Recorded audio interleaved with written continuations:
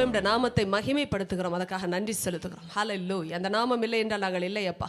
உடைய நாமம் இல்லை என்றால் எங்களுக்கு எந்த பாதுகாப்பும் இல்லை. உடைய நாமத்தை கொடுத்தபடினால் நாங்கள் பாதுகாக்கப்பட்டிருக்கிறோம். இந்த பயங்கரமான உலகத்தில் பிசாசின் சூழ்ச்சிகள் மத்தியில் எங்களுடைய வாழ்க்கையை இன்னும் பத்திரமாய் வைத்ததற்கு ஒரே ஒரு காரணம் இயேசு என்ற மறைவிடம், இயேசு என்ற துருகம், இயேசு என்ற அந்த அடைக்கலம். அதற்காக நாங்கள் நன்றி உள்ளவர்களாக இருக்கிறோம் ஐயா. பிசாசு எதுவும் செய்ய முடியவில்லை. ஏனென்றால் எங்களுடைய அடைக்கலமாக உண்மையே நாங்கள் கொண்டிருக்கிறோம் ஐயா. நீதிமன் அதற்குள் ஓடி சுகமாக இருப்பானே. அந்த பலத்த துருகமாக இயேசுவின் நாமத்திற்கு நன்றி செலுத்துகிறோம் பிதாவே. அந்த துருகத்துக்குள்ளாக நாங்கள் இருக்கிறோம் அப்பா. ஓடி வந்திருக்கிறோம் அப்பா. வேறு எங்கே ஓடுவோம் தகப்பனே சொல்லுங்கள். வேறு எங்கே ஓடுவோம்? வேறு எங்கே ஓடுவோம் அப்பா? உம்மை விட்டு நாங்கள் எங்கே ஓடுவோம்? உம்மிடத்திலேயே ஓடி வருகிறோம். உடைய பிள்ளைகளாய் ஓடி வருகிறோம் தகப்பனே. எங்களை பாதுகாத்துக்கோங்க. தொடர்ந்து பராமரிங்கப்பா. தொடர்ந்து வழி நடத்துங்கப்பா. தொடர்ந்து பண்படுத்துங்கப்பா. அப்பா கிளையும் ஆண்டவரே தேவையற்ற எல்லா நெருஞ்சுகளும் முட்களும் விலகி, கற்கள் விலகி அப்பா வசனமாகிய விதை விளையத்தக்கதாக எங்களுடைய இருதயங்கள் பண்படட்டும். உடைய கரத்தில் ஒப்பு கொடுக்கிற மகிமை உமக்கே நாங்கள் தாழ்த்தி தருகிறோம். இயேசுவின் நாமத்தினாலே பிதாவே, ஆமென். இவ்வளோ பேர் தான் ஆமென் சொல்ல முடியுமா? எல்லாரும் சொல்லுங்கப்பா. சில விஷயங்கள் ஏன் சொல்லுகிறேன்னு உங்களுக்கே தெரியும். எனக்காக சொல்லலை. நல்லா கவனிங்க. எதற்காக சொல்ல வரும் அதுவே தெரியலன்னா எப்படி ஆரம்பிக்கிறதுன்னு தெரியல. சொல்லுங்கள், எதற்காக சொல்ல வேண்டாம்? ஆமென். எல்லா கிறிஸ்தவங்களும் சொல்கிறாங்க சபையில் வந்து கற்றுக்கொண்டேன் அதனால் சொல்லுகிறேன்னா இல்லை. நாம் ஜெபிப்பதிலே இருவர் ஒருமனப்பட்டால் கூட பரலோகத்தில் இருக்கிற பிதா உங்களுக்கு அதை அப்போ ஒருமனப்படுவதற்கு ஒரே ஒரு வழி சத்தியத்தின் படி நாம் ஒருமனப்படுவதே. ஆமென். அப்போ சத்தியத்தை கேட்கிற நாம் எல்லாரும் ஆமென் என்று சொல்லும்பொழுது என்ன நடக்கிறது? அப்படியே ஆக கடவது என்று சொல்வதினாலே அது நடக்கிறது. ஆமென். எடுத்து வைத்துக் கொள்ளுங்கள். கொலோசியர் 3வது அதிகாரம் விரைவாக நாம் செல்ல போகிறேன். கொலோசியர் 3வது அதிகாரம் எடுத்து வைத்துக் கொள்ளுங்கள். 8 வாசிங்கள் பார்ப்போம். 8 ஒருவர் எழுந்து நின்று சத்தமாக தெளிவாக 8 14 வசனம் வரை.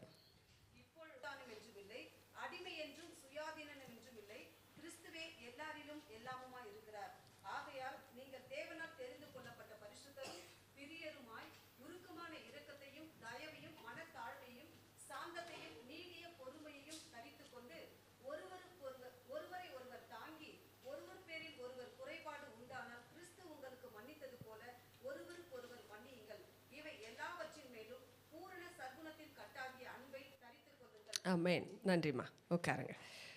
கொலோசியர் 3 சில வாரங்களாக நம்ம தேவனுடைய கிருபையினாலே சில காரியங்களை கற்றுக்கொண்டு வருகிறோம். உங்களை எல்லாருக்கும் நினைப்பூட்டுதலாக மறுபடியும் நான் சொல்ல விரும்புகிற காரியம், தேவன் ஒரு காரியத்தை நம்முடைய வாழ்க்கையிலே செய்யும் பொழுது அது சுலபமானது.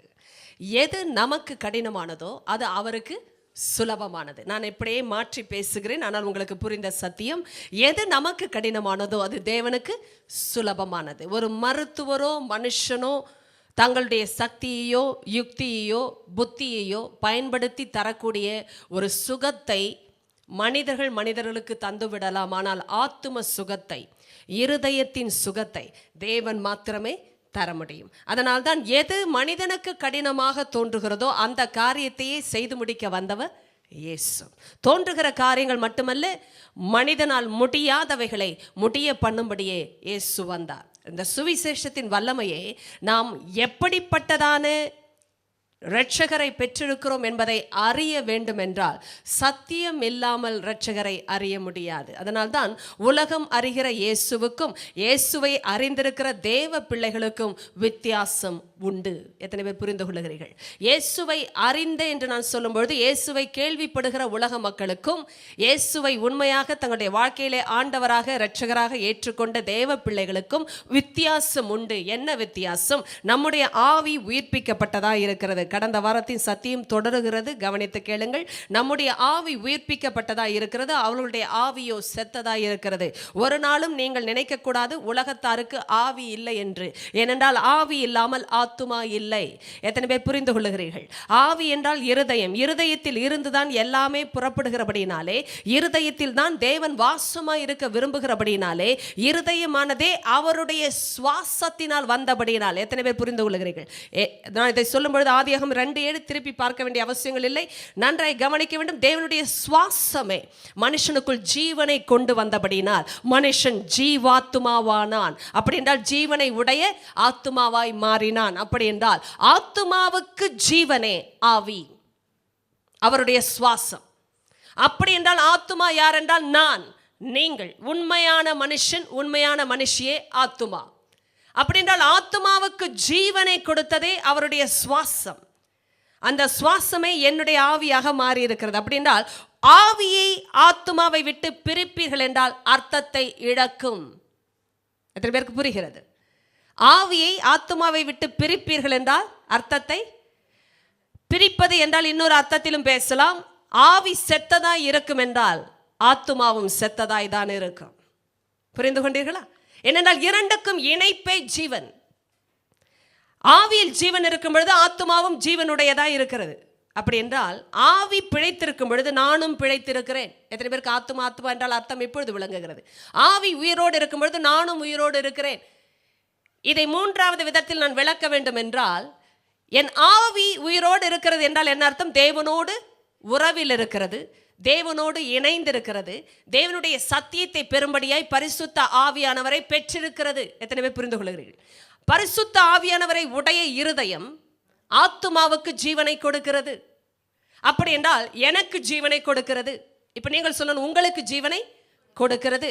அப்படி என்றால் ஆத்துமா உண்மையான மனுஷன் என்றால் அந்த உண்மையான மனுஷனின் 3 காரியங்கள் பிரதானமாய் உண்டு. முதலாவது பிரதானமான காரியமே சிந்தனை, மைண்ட். இரண்டாவது நம்முடைய உணர்வுகள், feelings or emotions. thirdly free will, அப்படி என்றால் சுய சித்தம். இப்பொழுது கவனிங்கள், ஆவியில் தேவன் உறவாடும் பொழுது, அதாவது பேசும் பொழுது, தேவன் உறவை எப்படி வைத்துக் கொள்ளுகிறார்?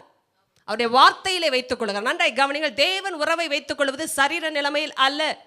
எத்தனை பேர் புரிந்து கொள்கிறீர்கள்? ஏனென்றால் அவர் சரீரத்தில் இல்லை, அவர் ஆவியாய் இருக்கிறார். அப்படிப்பட்ட ஒரு மனுஷனோடு உறவை ஏற்படுத்திக் கொள்ளும் பொழுது எங்கே ஏற்படுத்துகிறார்? நம்முடைய ஆவியில் ஏற்படுத்துகிறார். அவருடைய ஆவியை கொண்டு ஏற்படுத்துகிறார். புரிந்து கொள்கிறீர்களா? அவருடைய ஆவியை கொண்டு நம்முடைய ஆவியில் உறவை ஏற்படுத்துகிறபடினால் தேவனுடைய சிந்தனை நமக்கு புரிய வருவதற்கு ஒரே ஒரு காரணம் பரிசுத்த ஆவியானவர். பரிசுத்த ஆவியானவர் இல்லை என்றால் தேவனுடைய சிந்தனைகளை நான் அறியவே முடியாது. 1 கொரிந்தியர் 2 நீங்கள் வீட்டிலே வாசிக்க, ஏற்கனவே பல முறை நான் சொன்ன சத்தியங்கள் 10 - 12 வரை கவனித்து கேளுங்கள். தேவன் பேசுகிறதை நான் புரிந்து கொள்ள அவருடைய ஆவியானவர் எனக்கு அவசியம். இப்பொழுது ஆண்டவருடைய ஆவியானவர் எனக்குள் இருந்து பேசுகிறபடினால் என் ஆத்துமா உயிருள்ளதாயும் இருக்கிறது. அப்படி என்றால் நான் உயிருள்ளவளாய் இருக்கிறேன். அப்படி என்றால் என் சிந்தனை மறுரூபமாகிக் கொண்டிருக்கிறது. எத்தனை பேர் ஆமென் சொல்லுகிறேன்? தேவன் பேசுகிற இடத்தில் நாம் இருக்கும் பொழுதே மறுரூபம் நடக்கும். தேவன் பேசாத இடத்தில் நாம் இருப்போம் என்றால் மறுரூபம் இல்லை. எத்தனை பேர் கேட்டுக்கொண்டிருக்கிறீர்கள்? தேவன் பேசி நான் கேட்கும் பொழுதே மறுரூபம். அப்படி என்றால் நான் பிழைத்துக் கொண்டிருக்கிறேன். நான் என்று சொன்னதுக்கு பிரதானம் என்னுடைய சிந்தனை. உங்களோடு நினைத்துக் கொண்டே வாருங்கள். தேவன் பேசுகிற இடத்தில் நான் இருக்கும் பொழுது நல்ல உணர்வுகள், ஏனென்றால் என் சிந்தனை மறுரூபமாகும் பொழுது என் உணர்வுகள் சரியாய் மாறுகிறது. நன்றாய் நீங்கள் கவனிக்க வேண்டும். ஒரு தாட்டுக்கு என்றைக்குமே ஒரு ஃபீட்பேக் அவசியம். நீங்கள் சொல்லுகிற, நான் சொல்லுகிற எந்த ஒரு உணர்வுமே எதேச்சையாக வருவதில்லை. என்னை கவனிங்கள். எண்ணங்களுக்கு உணவூட்டுவதே தேவனுடைய வார்த்தையாக இருக்க வேண்டும். ஒருவேளை எண்ணங்களுக்கு உணவை ஊட்டுவது வேறு ஏதாவது உலகத்திலிருந்து வருவதாய் இருந்தால் எண்ணங்கள் ஜீவனை இழந்த எண்ணங்களாய் இருக்கும். மாம்ச சிந்தனை தேவனுக்கு விரோதமான பாய். அது தேவனுக்கு கீழ்ப்படியாமலும் கீழ்ப்படிய கூடாமலும் இருக்கிறது. நன்றாய் கவனிங்கள். தேவனுடைய பிரமாணத்துக்கு அது கீழ்ப்படிய முடியாது. அதனால் தான் பிசாசு என்ன செய்கிறான்? ரட்சிக்கப்பட்டவர்களை, நன்றாய் கவனிங்கள், நான் பிரித்து பேசுகிறேன். ரட்சிக்கப்படாதவர்களுக்கு சிந்தனை அவன் கையில் தான் இருக்கிறது. என்னென்றால் ஆவியே செத்ததாக இருக்கிறது. செத்ததாக இருக்கிறது என்றால் என்ன அர்த்தம்? தேவனுடைய உறவை இழந்ததாக இருக்கிறது. தேவனுடைய ஆவியானவர் இல்லை, தேவனுடைய வார்த்தை இல்லை. நன்றாய் கவனிங்கள். கேள்விப்படலாமானால் அவங்களுடைய ஆவியிலே ஜீவன் இல்லாதபடினால் அவர்களுக்கு புரியாது தேவனுடைய வார்த்தைகள். நன்றாய் கவனிங்கள், புரியாது. அதனால்தான் ஆவிக்குரிய மனிதன் எல்லாவற்றையும் நிதானிக்கிறான், மாம்சத்துக்குரியவனோ ஒன்றையும் அறியான். ஆவிக்குரிய மனுஷனே அவனால் அறிய முடியாது. என்னென்றால் இரண்டும் வேறு வேறு காரியங்கள். புரிகிறதா உங்களுக்கு? அதனால தான் உங்களை ஆவிக்குரிய மனுஷியாக உலகத்தில் பார்க்கிறவர்களுக்கு புரியவே புரியாது. நீங்கள் எதை சொல்லுகிறீர்கள், எதை சிந்திக்கிறீர்கள், ஏன் அப்படி சிந்தித்து சொல்லுகிறீர்கள் என்பது அவர்களால் பகுத்தறிய முடியவில்லை. காரணம், அவர்கள் மாம்சத்துக்குரியவர்கள். என்னை பாருங்கள். அதனால தான் பிசாசு ரட்சிக்கப்பட்டவர்களை எதிர்க்கிற ஒரே ஒரு இடம் சிந்தனை. ஆவியை அவன் ஒன்றும் செய்ய முடியாது. ஏன்? விரைவான பதில், தேவ ஆவியானவர் குடியிருக்கிற இடம் மாத்திரமல்ல, ரட்சிப்பு வந்தது இயேசுவின் ரத்தத்தினால். அதை அவன் ஒரு காலம் மறுதலிக்க முடியாது. எத்தனை பேர் புரிந்து கொள்ளுங்க? ஏனென்றால் ரத்தம் பேசுகிறது. எப்படிப்பட்ட பாவத்துக்கும் விரோதமான பரிகாரத்தை இயேசுவின் ரத்தம் கொடுத்தபடினாலே பிசாசு ரத்தத்தின் வல்லமையை ஒன்றும் செய்ய முடியாது. அப்படியே எதிர்த்து பேசினாலும் யாரை வஞ்சிப்பான் என்றால் சத்தியத்தை அறியாதவர்களே வஞ்சிக்கிறான். காரணம், அவர்கள் தங்களுடைய கிரியைகளை பார்க்கிறார்களே ஒழிய கிருபையை சார்ந்து கொள்ள மறுக்கிறார்கள். எத்தனை பேர் புரிந்து கொள்கிறீர்கள்? ஐயோ, நான் சரியை ஜெபிக்கவில்லை, நான் பரிசுத்தமா இல்லை, நான் சத்தியத்தை இன்னும் அறியவில்லையே, தேவன் என்னை நேசிப்பது குறைந்திருக்கும், மாறியிருக்கும் என்று யோசனைகள் வருவதற்கு காரணம் பிசாசு பொய்களுக்கு பிதா. சத்தியத்தை அறியும் பொழுது மாத்திரமே நாம் நிற்கிறோம். என்னென்றால் எழுதியிருக்கிறபடியே விசுவாசிக்க வேண்டும். எத்தனை பேர் புரிந்து கொள்கிறீர்கள்? பொதுவான விசுவாசம் அல்ல. நன்றாய் கவனிங்க. நானும் இயேசுவை நம்புகிறேன், நீங்களும் நம்புகிறீர்கள் என்பது பொதுவான பேச்சு. எந்த அளவு நம்புகிறீர்கள் அதுதான் வித்தியாசமான பேச்சு. புரிந்து கொள்கிறீர்களா? சத்தியம் சொல்லுகிறபடி நம்புவதே விசுவாசம். ஏனென்றால் விசுவாசம் கேள்வினாலே வரும், கேள்வி தேவனுடைய வசனத்தினாலேயே வரும், வசனத்தினாலேயே வரும். கவனிங்கள், வேறு எதனால் வந்தாலும் விசுவாசம் அல்ல. எத்தனை பேர் புரிந்து கொள்கிறீர்கள்? உங்கள் உணர்வினால் வந்தால் விசுவாசம் அல்ல. நன்றாய் கவனிங்கள். நான் தேவன் என்னோடு இருக்கிறதை உணர்கிறேன் என்பது விசுவாசம் அல்ல. தேவன் என்னை நேசிக்கிறது போல் நம்புகிறேன் என்பது விசுவாசம் அல்ல. கவனமாய் கேளுங்கள். எத்தனை பேர் புரிந்து கொள்கிறீர்கள்? இன்று தேவனுடைய பிரசனத்தை அதிகமாய் உணர்கிறேன், அதனால் தேவன் என்னை அதிகமாய் நேசிக்கிறார் என்று நம்புகிறேன், அது விசுவாசம் அல்ல. எத்தனை பேர் நம்புகிறீர்கள்? தேவனுடைய வசனத்தினாலேயே விசுவாசம் வரும். அப்படி என்றால் என் உணர்வுகளை எதிராக இருக்கலாம், கர்த்தரின் பக்கத்தில் இல்லாதது போல இருக்கலாம். ஆனால் வசனம் சொல்கிறது, நான் ஒரு காலம் உன்னை கைவிடுவதும் இல்லை, விட்டு விலகுவதும் இல்லை என்றால் இல்லை. என்னால் இயேசு கிறிஸ்து நேற்றும் இன்றும் என்றும் மாறாதவர். ஆமென். யாக்கோபின் புத்திரராகிய நாம் இன்னும் நிர்மூலமாகவில்லை. ஏன்? கர்த்தர் மாறாதவர். ஆனால் அவரும் நம்மை போல் மாறியிருந்தால் என்ன ஆகும்? விட்டு போயிருப்பார், இல்லை என்றால் அழித்திருப்பார். உண்மைதானே? ஆனால் அவர் செய்ய முடியாது, செய்ய மாட்டார். ஏனென்றால் அவர் மாறாதவர். அன்பிலே மாறாதவர், மன்னிப்பில் மாறாதவர், இரக்கத்தில் மாறாதவர், நீதியில் மாறாதவர். எத்தனை பேர் புரிந்து கொள்கிறீர்கள்? நன்றை கவனித்து கேட்டுக்கொள்ளுங்கள். உணர்வின் அடிப்படையில் வருவது விசுவாசம் அல்ல. மறுரூபமாகாத எண்ணங்கள் விசுவாசத்தை தூண்டி எழுப்புவதும் இல்லை. எத்தனை பேர் புரிந்து கொள்கிறீர்கள்? மறுரூபமாகாத எண்ணங்கள் என்றால் என்ன அர்த்தம்? விரைவாக பதில். ரோமர் 12:2 உங்களுக்கு ஏற்கனவே தெரியும். சத்தியங்களை கேட்ட இடத்தில் இருக்கிறபடினால் விரைவாக பேச சொல்லுகிறேன். மறுரூபமாகாத எண்ணங்கள் என்றால் என்ன அர்த்தம்? அறியாத எண்ணங்கள். சரியை சொன்னீர்கள். தேவனுடைய நன்மையும் பிரியும் உண்மையுமான சித்தத்தை அறிய முடியாத எண்ணங்கள் மறுரூபமாகாத எண்ணங்கள். ரோமர் 12:2 அதைத்தான் சொல்லுகிறது. எப்படி நாம் மறுரூபமாக முடியும்? விரைவாக சொல்லுங்கள். மறுரூபமாக எப்படி? நான் ரோமர் 12:2 அடிப்படையில் பேசுகிற மறுரூபம் அதுதான். பைபிள் சொல்ற மறுரூபம் அதுதான் ஆக முடியும். அதைத்தான் சொல்லுகிறேன். எப்படி அறிய முடியும் அவருடைய சித்தத்தை? சத்தியத்தின் மூலமாய். பைபிள் தெளிவாய் சொல்லுகிறது. நன்றாய் கவனிங்க. சத்தியம் இல்லாமல் தேவனுடைய சித்தத்தை அறியவே இப்பொழுது நான் சொல்லிக்கொண்டே வந்தேன். தேவனுடைய உள்ளத்தை அறிய வேண்டும் என்றால் பரிசுத்த ஆவியானவர் வேண்டும் என்றால், பரிசுத்த ஆவியானவர் யார் என்றால் சத்தியத்தின் ஆவியானவர். அவர் சகல சத்தியத்திற்குள்ளும் நம்மை நடத்துவார். ஏன் நடத்துவார்? தேவனுடைய சித்தம் அப்பொழுதுதான் புரிய வரும். என்னை கவனிங்கள். தேவனுடைய சித்தத்தை புரியாதவர்கள் உலக மக்களை போன்ற எண்ணங்களை உடையவர்கள். கேட்டுக்கொண்டிருக்கிறீர்களா? உலக மக்களை போன்று சிந்திக்கிறவர்கள், ஆனால் ரட்சிப்பை பெற்றவர்கள். சத்தியத்தை கேட்கிற இடத்தில் இருக்கிறார்கள், ஆனால் சத்தியத்தை அனுமதிக்காமல் இருக்கிறார்கள். எத்தனை பேர் கேட்டுக்கொண்டு இருக்கிறீர்கள்? சத்தியத்தை கேட்கிற இடத்தில் இருந்தாலும் நீங்கள் அனுதின வாழ்க்கையிலே, உங்களுடைய உணர்வுகளிலே, உங்களுடைய முடிவுகளிலே சத்தியம் வர வேண்டும் என்றால் முதலாவது எண்ணங்கள் மறுரூபமாக வேண்டும். நான் சொல்வதை நன்றாய் கவனிங்கள். வசனத்தின்படியே வருவது விசுவாசம். உங்களுக்கும் எனக்கும் ஒருவேளை தேவன் நேசிக்காதது போல் தெரியலாம், ஆனால் நேசிக்கிறார் என்பதை எப்படி அறிய முடியும்? உணர வேண்டாம். நன்றாய் கவனிங்கள். உணர வேண்டாம். தேவன் பக்கத்தில் இருப்பது போல் தெரியாமல் போகலாம், ஆனால் இருக்கிறாரா? பக்கத்தில் இருக்கிறாரா? உள்ளுக்குள் இருக்கிறாரா? உள்ளே இருக்கிறார் என்பதை எப்படி அறிந்தீர்கள்? விசுவாசம். வேதம் சொல்லுகிறது, அதை நான் விசுவாசித்திருக்கிறேன். இயேசு எனக்குள் தான் ஜீவிக்கிறார். என் உணர்வுகள் எதிராய் போகலாம், என் எண்ணங்கள் வேறு விதமாய் பேசலாம். ஏனென்றால் பிசாசு எதிர்க்கிற இடமே நம்முடைய சிந்தனை என்று சொன்னேன். எப்படி எதிர்ப்பான்? பொய்களை வைத்துத்தான் எதிர்ப்பான். எப்படி எதிர்ப்பான்? சத்தியத்திற்கு விரோதமாகத்தான் பேசுவான். அதனால் உலகத்திலிருந்தும் சூழ்நிலையிலிருந்தும் மாம்சத்திலிருந்தும் அவன் அநேக காரியங்களை புகுத்த பார்க்கிறான். புகுத்தின பிறகு ஜெயிக்க பார்க்கிறான். ஜெயித்த பிறகு மரணத்தை பிறப்பிக்கிறான். எத்தனை பேர் புரிந்து கொள்கிறீர்கள்? அதனால தான் மாம்ச சிந்தனை மரணம். ஏனென்றால் மாம்சத்தை நான் சிந்தனையில் அநேக நேரம் வைத்திருக்கும் பொழுது மரணத்தை நான் உடனே உணர்கிறேன். கவனிங்கள், நான் சரீரத்தில் உணர்வது இல்லை, நான் சரீரத்தில் சாவதும் இல்லை, ஆனால் என் ஆவியில் உணர்கிறேன். ஏனென்றால் அங்கே ஐக்கியம் தடைபடுகிறது. எத்தனை பேர் புரிந்து கொள்கிறீர்கள்? உங்களுடைய அந்தஸ்து மாறவில்லை. எந்த அந்தஸ்து? நீங்கள் தேவனுடைய பிள்ளைகளாக இருப்பதோ, தேவனோடு இருப்பதோ மாறவில்லை. ஆனால் தேவனோடு இருக்கிற ஐக்கியம் மாறுபடுகிறது. எத்தனை பேர் புரிந்து கொள்கிறீர்கள்? சண்டை வீட்டில் வந்து உங்கள் அப்பா அம்மாவோட இருப்பதோ, உங்கள் அப்பா அம்மாவோட பிள்ளை என்பதோ மாறுகிறதா? ஒரே வீட்டில் தான் இருப்பீர்கள், அவர்களுடைய பிள்ளைகளாகத்தான் இருக்கிறீர்கள். ஆனால் எது மாறுகிறது? விரைவான பதில், ஐக்கியம் மாறுகிறது. அப்படி என்றால் என்ன அர்த்தம்? பேச்சுவார்த்தையில் பிரச்சனை, சிரிப்பில் பிரச்சனை, ஹாய் பாயில பிரச்சனை. எத்தனை பேர் புரிந்து கொள்கிறீர்கள்? சில நேரம் பல நாட்கள் பேசாதவர்களும் உண்டு அல்லவா? பெற்றோர்கள் இடத்திலே சண்டை வந்தால் பிள்ளைகள் பிரச்சனை பண்ணால் பெற்றோர்களும் அடித்து விட்டு சில நேரம் பேசாமல் இருக்கிறார்கள் அல்லவா? ஏனென்றால் மனமுறிவு, அங்கே ஒரு பிரிவினை, அங்கே ஒரு கசப்பு, அங்கே ஒரு காயம் உண்டானபடினால் திரும்ப ஒப்புரவாகும் பட்சத்தில் தான் அங்கே சுகம் உண்டாகிறது. ஒப்புரவை எப்படி ஆக்கிக் கொள்ள முடியும்? தாய் தப்பன் விரும்புகிறபடி பிள்ளை தாழ்த்தி வர வேண்டும். எத்தனை பேர் கேட்டீர்கள்? இயேசுவும் அப்படித்தான், ஆவிக்குரிய பிதாவும் அப்படித்தான். சத்தியத்தின்படி நாம் ஒப்புரவாகின பிறகுதான் அந்த ஒப்புரவே ஐக்கியத்துக்குள் நம்மை நடத்துகிறது. அதனால் தான் மன்னிப்பு கேட்பது மாத்திரமல்ல, மனம் திரும்ப வேண்டும். எத்தனை பேர் கேட்டுக்கொண்டு இருக்கிறீர்கள்? அநேக முறை சாரி கேட்பதனால் விஷயம் நடக்காது. எத்தனை பேர் கேட்குறீங்க? தயவு செய்து, it's easy to say sorry, but we have to repent. மன்னிப்பு கேட்பதினால் எல்லாம் நடந்து விடுகிறது என்று நினைக்கிறோம். உண்மை அது அல்ல. மன்னிப்பு ஒரு கட்டம் மட்டுமே. தன் பாவங்களை அறிக்கை செய்து, சொல்லுங்கள் விரைவாக, விட்டு விடுகிறவனே இரக்கம் பெறுவான். அறிக்கை செய்வது ஒரு புறம், ஆனால் விட்டு விடுவது இரண்டாவது பக்கம்.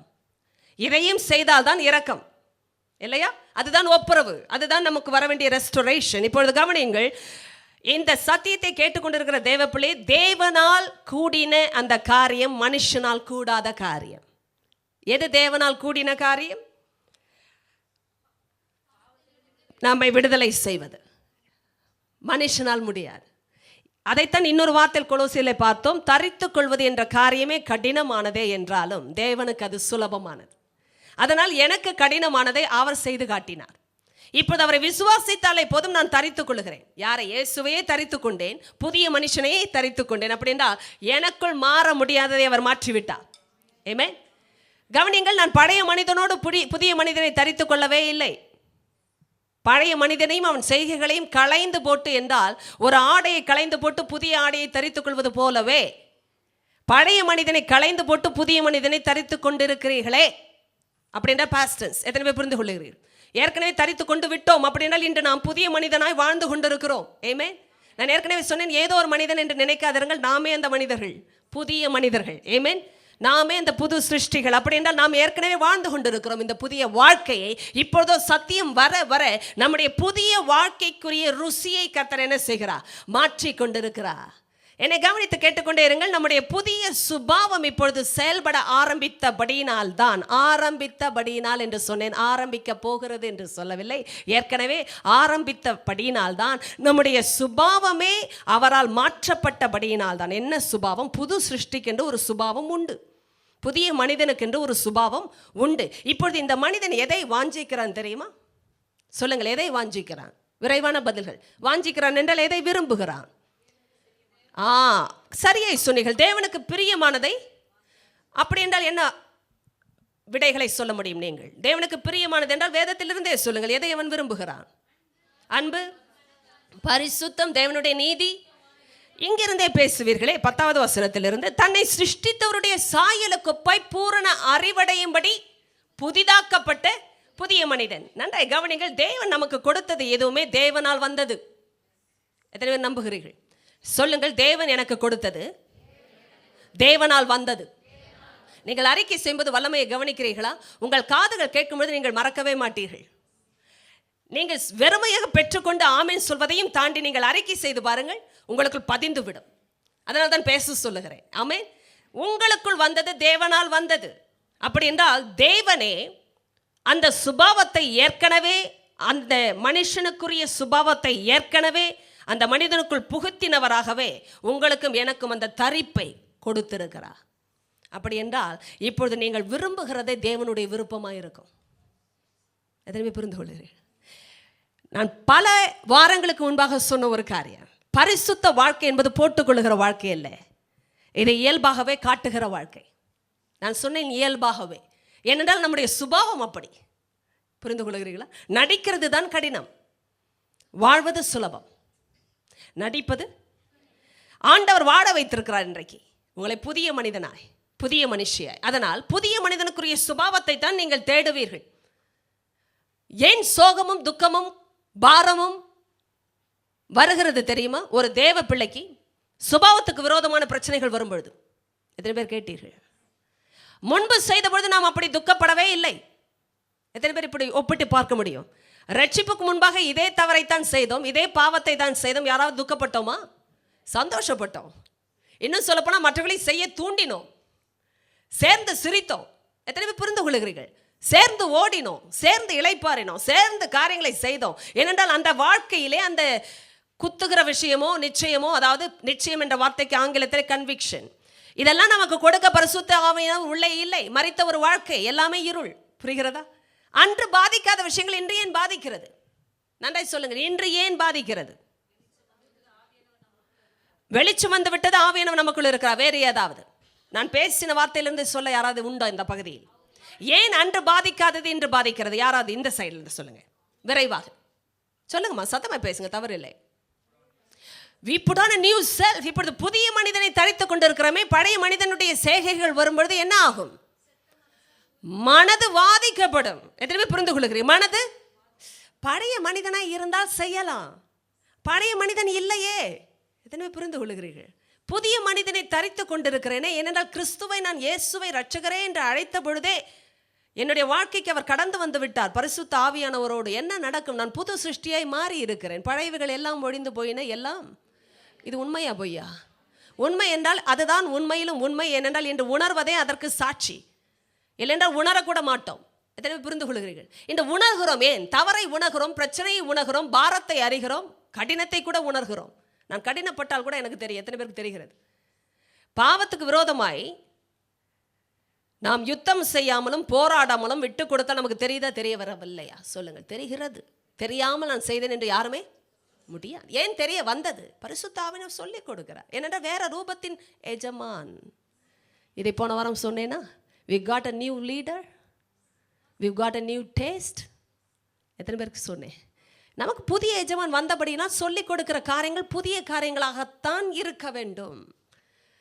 நான் உங்களுக்கு ஏற்கனவே இன்னொன்றையும் சொல்லி முடித்தேன். ஓவர் நைட்டில் எதுவும் சேஞ்ச் ஆக வேண்டாம், ஆக முடியாது. ஏன் ஓவர் நைட்லேயே எல்லா பாவத்தையும் பண்ணோம்? அன்னைக்கு சொல்லுங்க, கொஞ்சம் கொஞ்சமாக டெவலப் பண்ணோம்ல, டுவெல் பண்ணோம்ல, டீல் பண்ணோம்ல, சொல்லுங்க, டிசைட் பண்ணோம்ல, எல்லாமே டி தானே.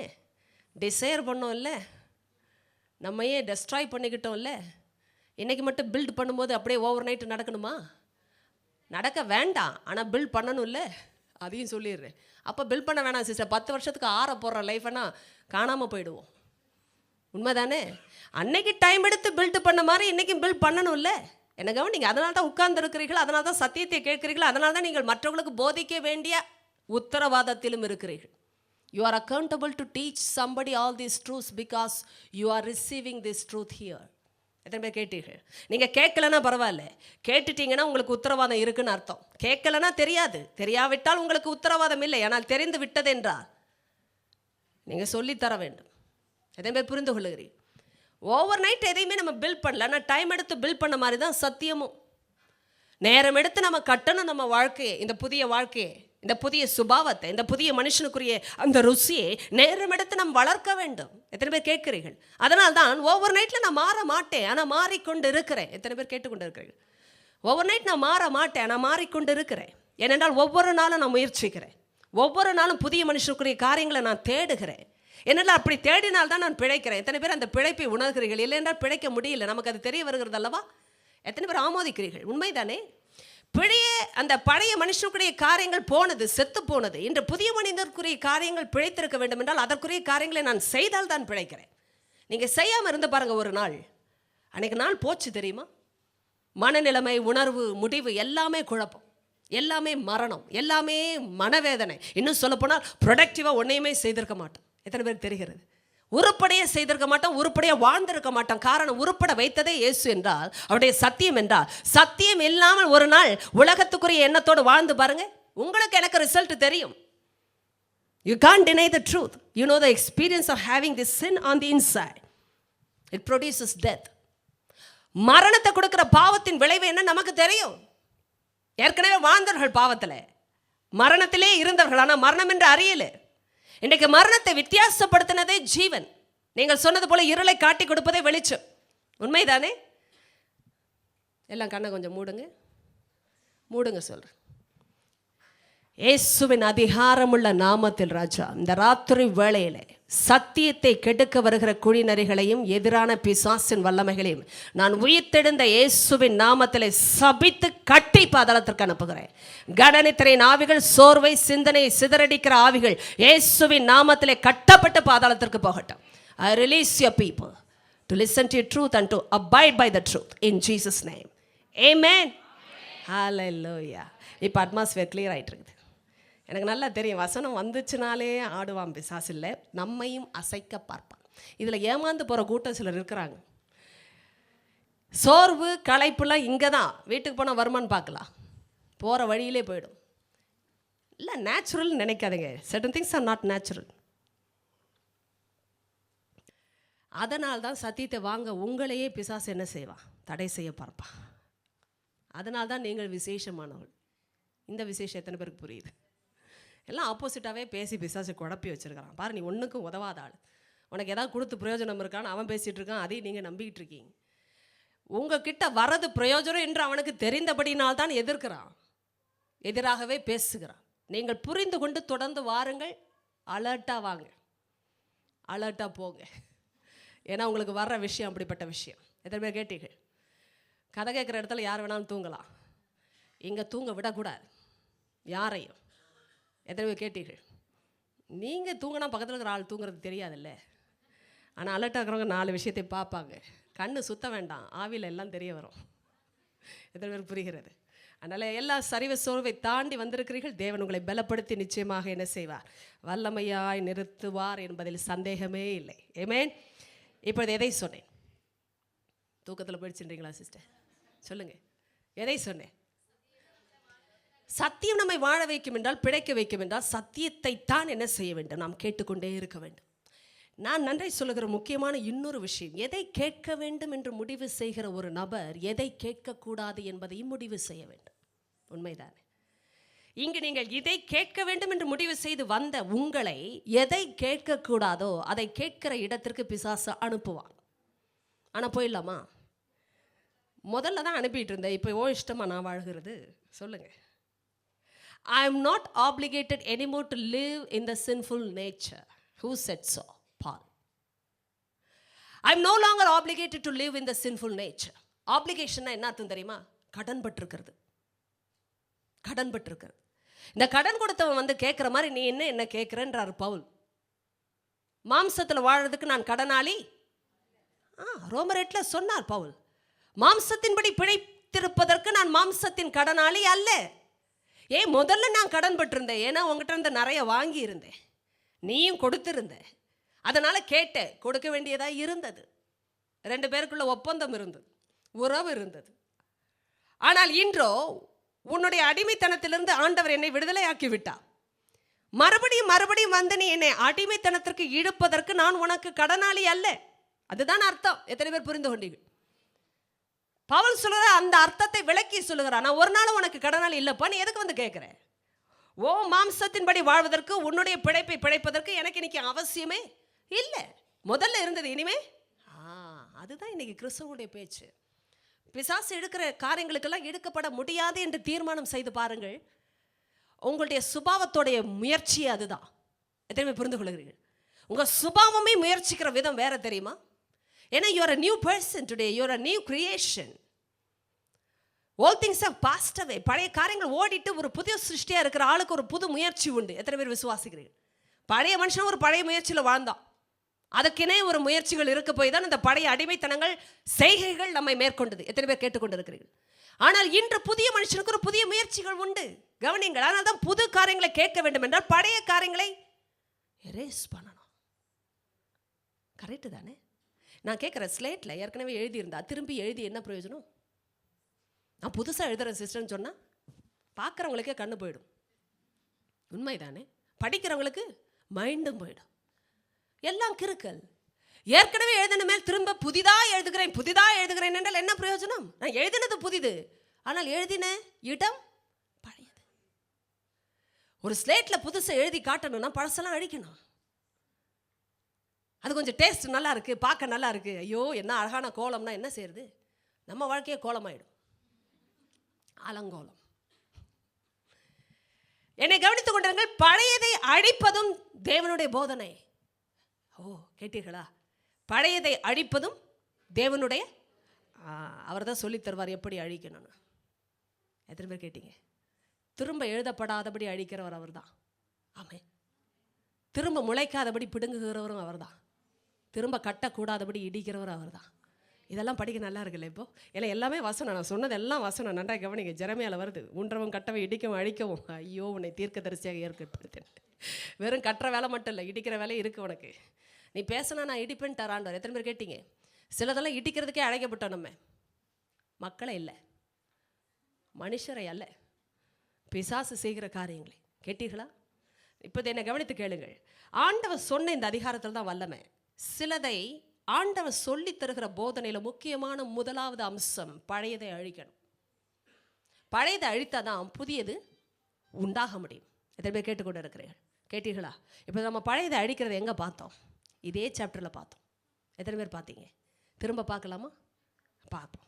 கொலோசியர் 3. இப்போ பாருங்கள், இந்த மாதிரி சத்தியத்தின் பின்னணியத்தோடு நீங்கள் பைபிளை படித்து பாருங்கள், உங்களுக்கு விளக்கம் ஏராளமாக வரும். 1 இப்பொழுது வாசிக்க போகிறீர்கள். கொலோசியர் 3. எத்தனை பேர் எடுத்து வைத்து? கொலோசியன்ஸ் சாப்டர் 3 1வது வசனத்திலிருந்து அப்படியே வாசிக்கலாமா? எல்லாரும் ஒருமனப்பட்டு வாசிக்கலாமா? எல்லாரும் ஒருமனப்படுகிறீர்களா? எஸ், வாசிங்கள். நீங்கள் கிறிஸ்துவுடன் கூட எழுந்ததுண்டானால் கிறிஸ்து தேவனுடைய வலது பாரிசத்தில் வீற்றிருக்கும் இடத்தில் உள்ள மேலானவைகளை தேடுங்கள், பூமியில் உள்ளவைகளை அல்ல, மேலானவைகளையே நாடுங்கள். ஏனென்றால் நீங்கள் மரித்தீர்கள், உங்கள் ஜீவன் கிறிஸ்துவுடனே தேவனுக்குள் மறைந்திருக்கிறது. நம்முடைய ஜீவனாகிய கிறிஸ்து வெளிப்படும் போது நீங்களும் அவருடைய கூட மகிமையிலே வெளிப்படுவீர்கள். ஆகையால் விபச்சாரம், அசுத்தம், மோகம், துரிச்சை, விக்கிரக ஆராதனையான பொருளாசை ஆகிய இவைகளை பூமியில் உண்டு பண்ணுகிற உங்கள் அவயவங்களை அழித்து போடுங்கள். இவைகளின் பொருட்டே கீழ்ப்படியாமையின் பிள்ளைகள் மேல் தேவ கோபாக்கினை வரும். நீங்களும் முற்காலத்தில் அவர்களுக்குள்ளே சஞ்சரித்த போது அவைகளை செய்து கொண்டு வந்தீர்கள். இப்பொழுதோ கோபமும் மூர்க்கமும் பொறாமையும் உங்கள் வாயில் பிறக்கலாகாத தூஷணமும் வம்பு வார்த்தைகளும் ஆகிய இவைகளை எல்லாம் விட்டுவிடுங்கள். ஒருவருக்கொருவர் பொய் சொல்லாதிருங்கள். அதோடு நிறுத்தம்.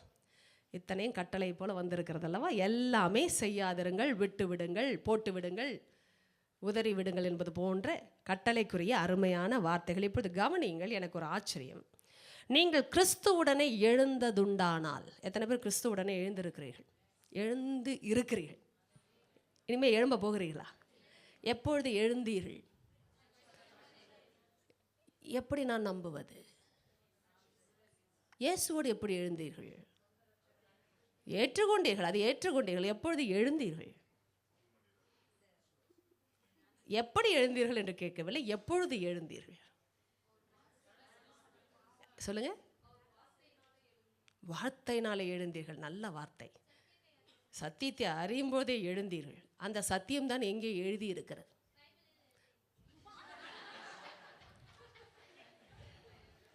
இதை கேட்டவர்களும் எழுவார்கள். என்ன ஈஸியான பதில் பேசுகிறாங்க பாரு. நானே சொல்லிட்டு போகக்கூடாது, பைபிள் ஸ்டடி பைபிள்லே இருக்குன்னு. எதுக்கு 1.5 மணி நேரம் ஒவ்வொரு வாரமும் விளக்கணும்? இல்லையா? பைபிள் ஸ்டடி வேணும்னா பைபிளில் பாருங்கப்பான்னு போயிட்டு உங்களை அப்படியே அனுப்பிடலாம்ல. நான் என்ன கவனிங்க. எங்கேயாவது எழுதியிருக்க வேண்டும் அல்லவா? எங்கே எழுதியிருக்கிறது? எழுதியிருக்கிறது. அது மாத்திரமல்ல, நீங்கள் எப்பொழுது எழுந்தீர்கள்? இங்கே எழுதியிருக்கிறதை நான் பேசவில்லை. எழுந்ததுண்டானால் என்றால் எழுந்திருப்பதை பற்றி எங்கேயோ எழுதியிருக்க வேண்டும். எழுந்ததுண்டானால், நான் படிக்கும் பொழுதே நான் அறிகிறேன், நான் எழுந்திருக்கிறேன். ஐயோ சரியாக பேசுவோம். எழுந்திருக்கிறேன். ஏற்கனவே எப்படி எழுந்தேன்? அப்படி என்றால் எழுதியிருக்க வேண்டுமே. பைபிள் தெளிவாக திரும்ப சொல்லுது, நீங்கள் கிறிஸ்துவுடனே எழுந்ததுண்டானால். அப்படி என்றால் ஏற்கனவே எழுந்திருந்திருக்கிறீர்கள். எங்கே எழுந்தீர்கள்? எழுதியிருக்கிற வார்த்தை எங்கே இருக்கிறது? சொல்லுங்களம்மா. அடேங்கப்பா, இது வார்த்தை. சொல்லுங்கள் திரும்ப. எங்க பிடித்தீர்கள் அதை? 2:12. Amazing, very good. எல்லாம் அழகாக கண்டுபிடித்தீர்கள். இதுதான் சத்தியம் ஐயா. ஏற்கனவே எழுதியிருப்பதைத்தான் சத்தியம் திரும்பவும் எழுதி காட்டுகிறது. எழுந்ததுண்டானால் அப்படின்னா நான் எழுந்திருக்கிறதை பற்றி வசனம் எழுதியிருக்கிறது.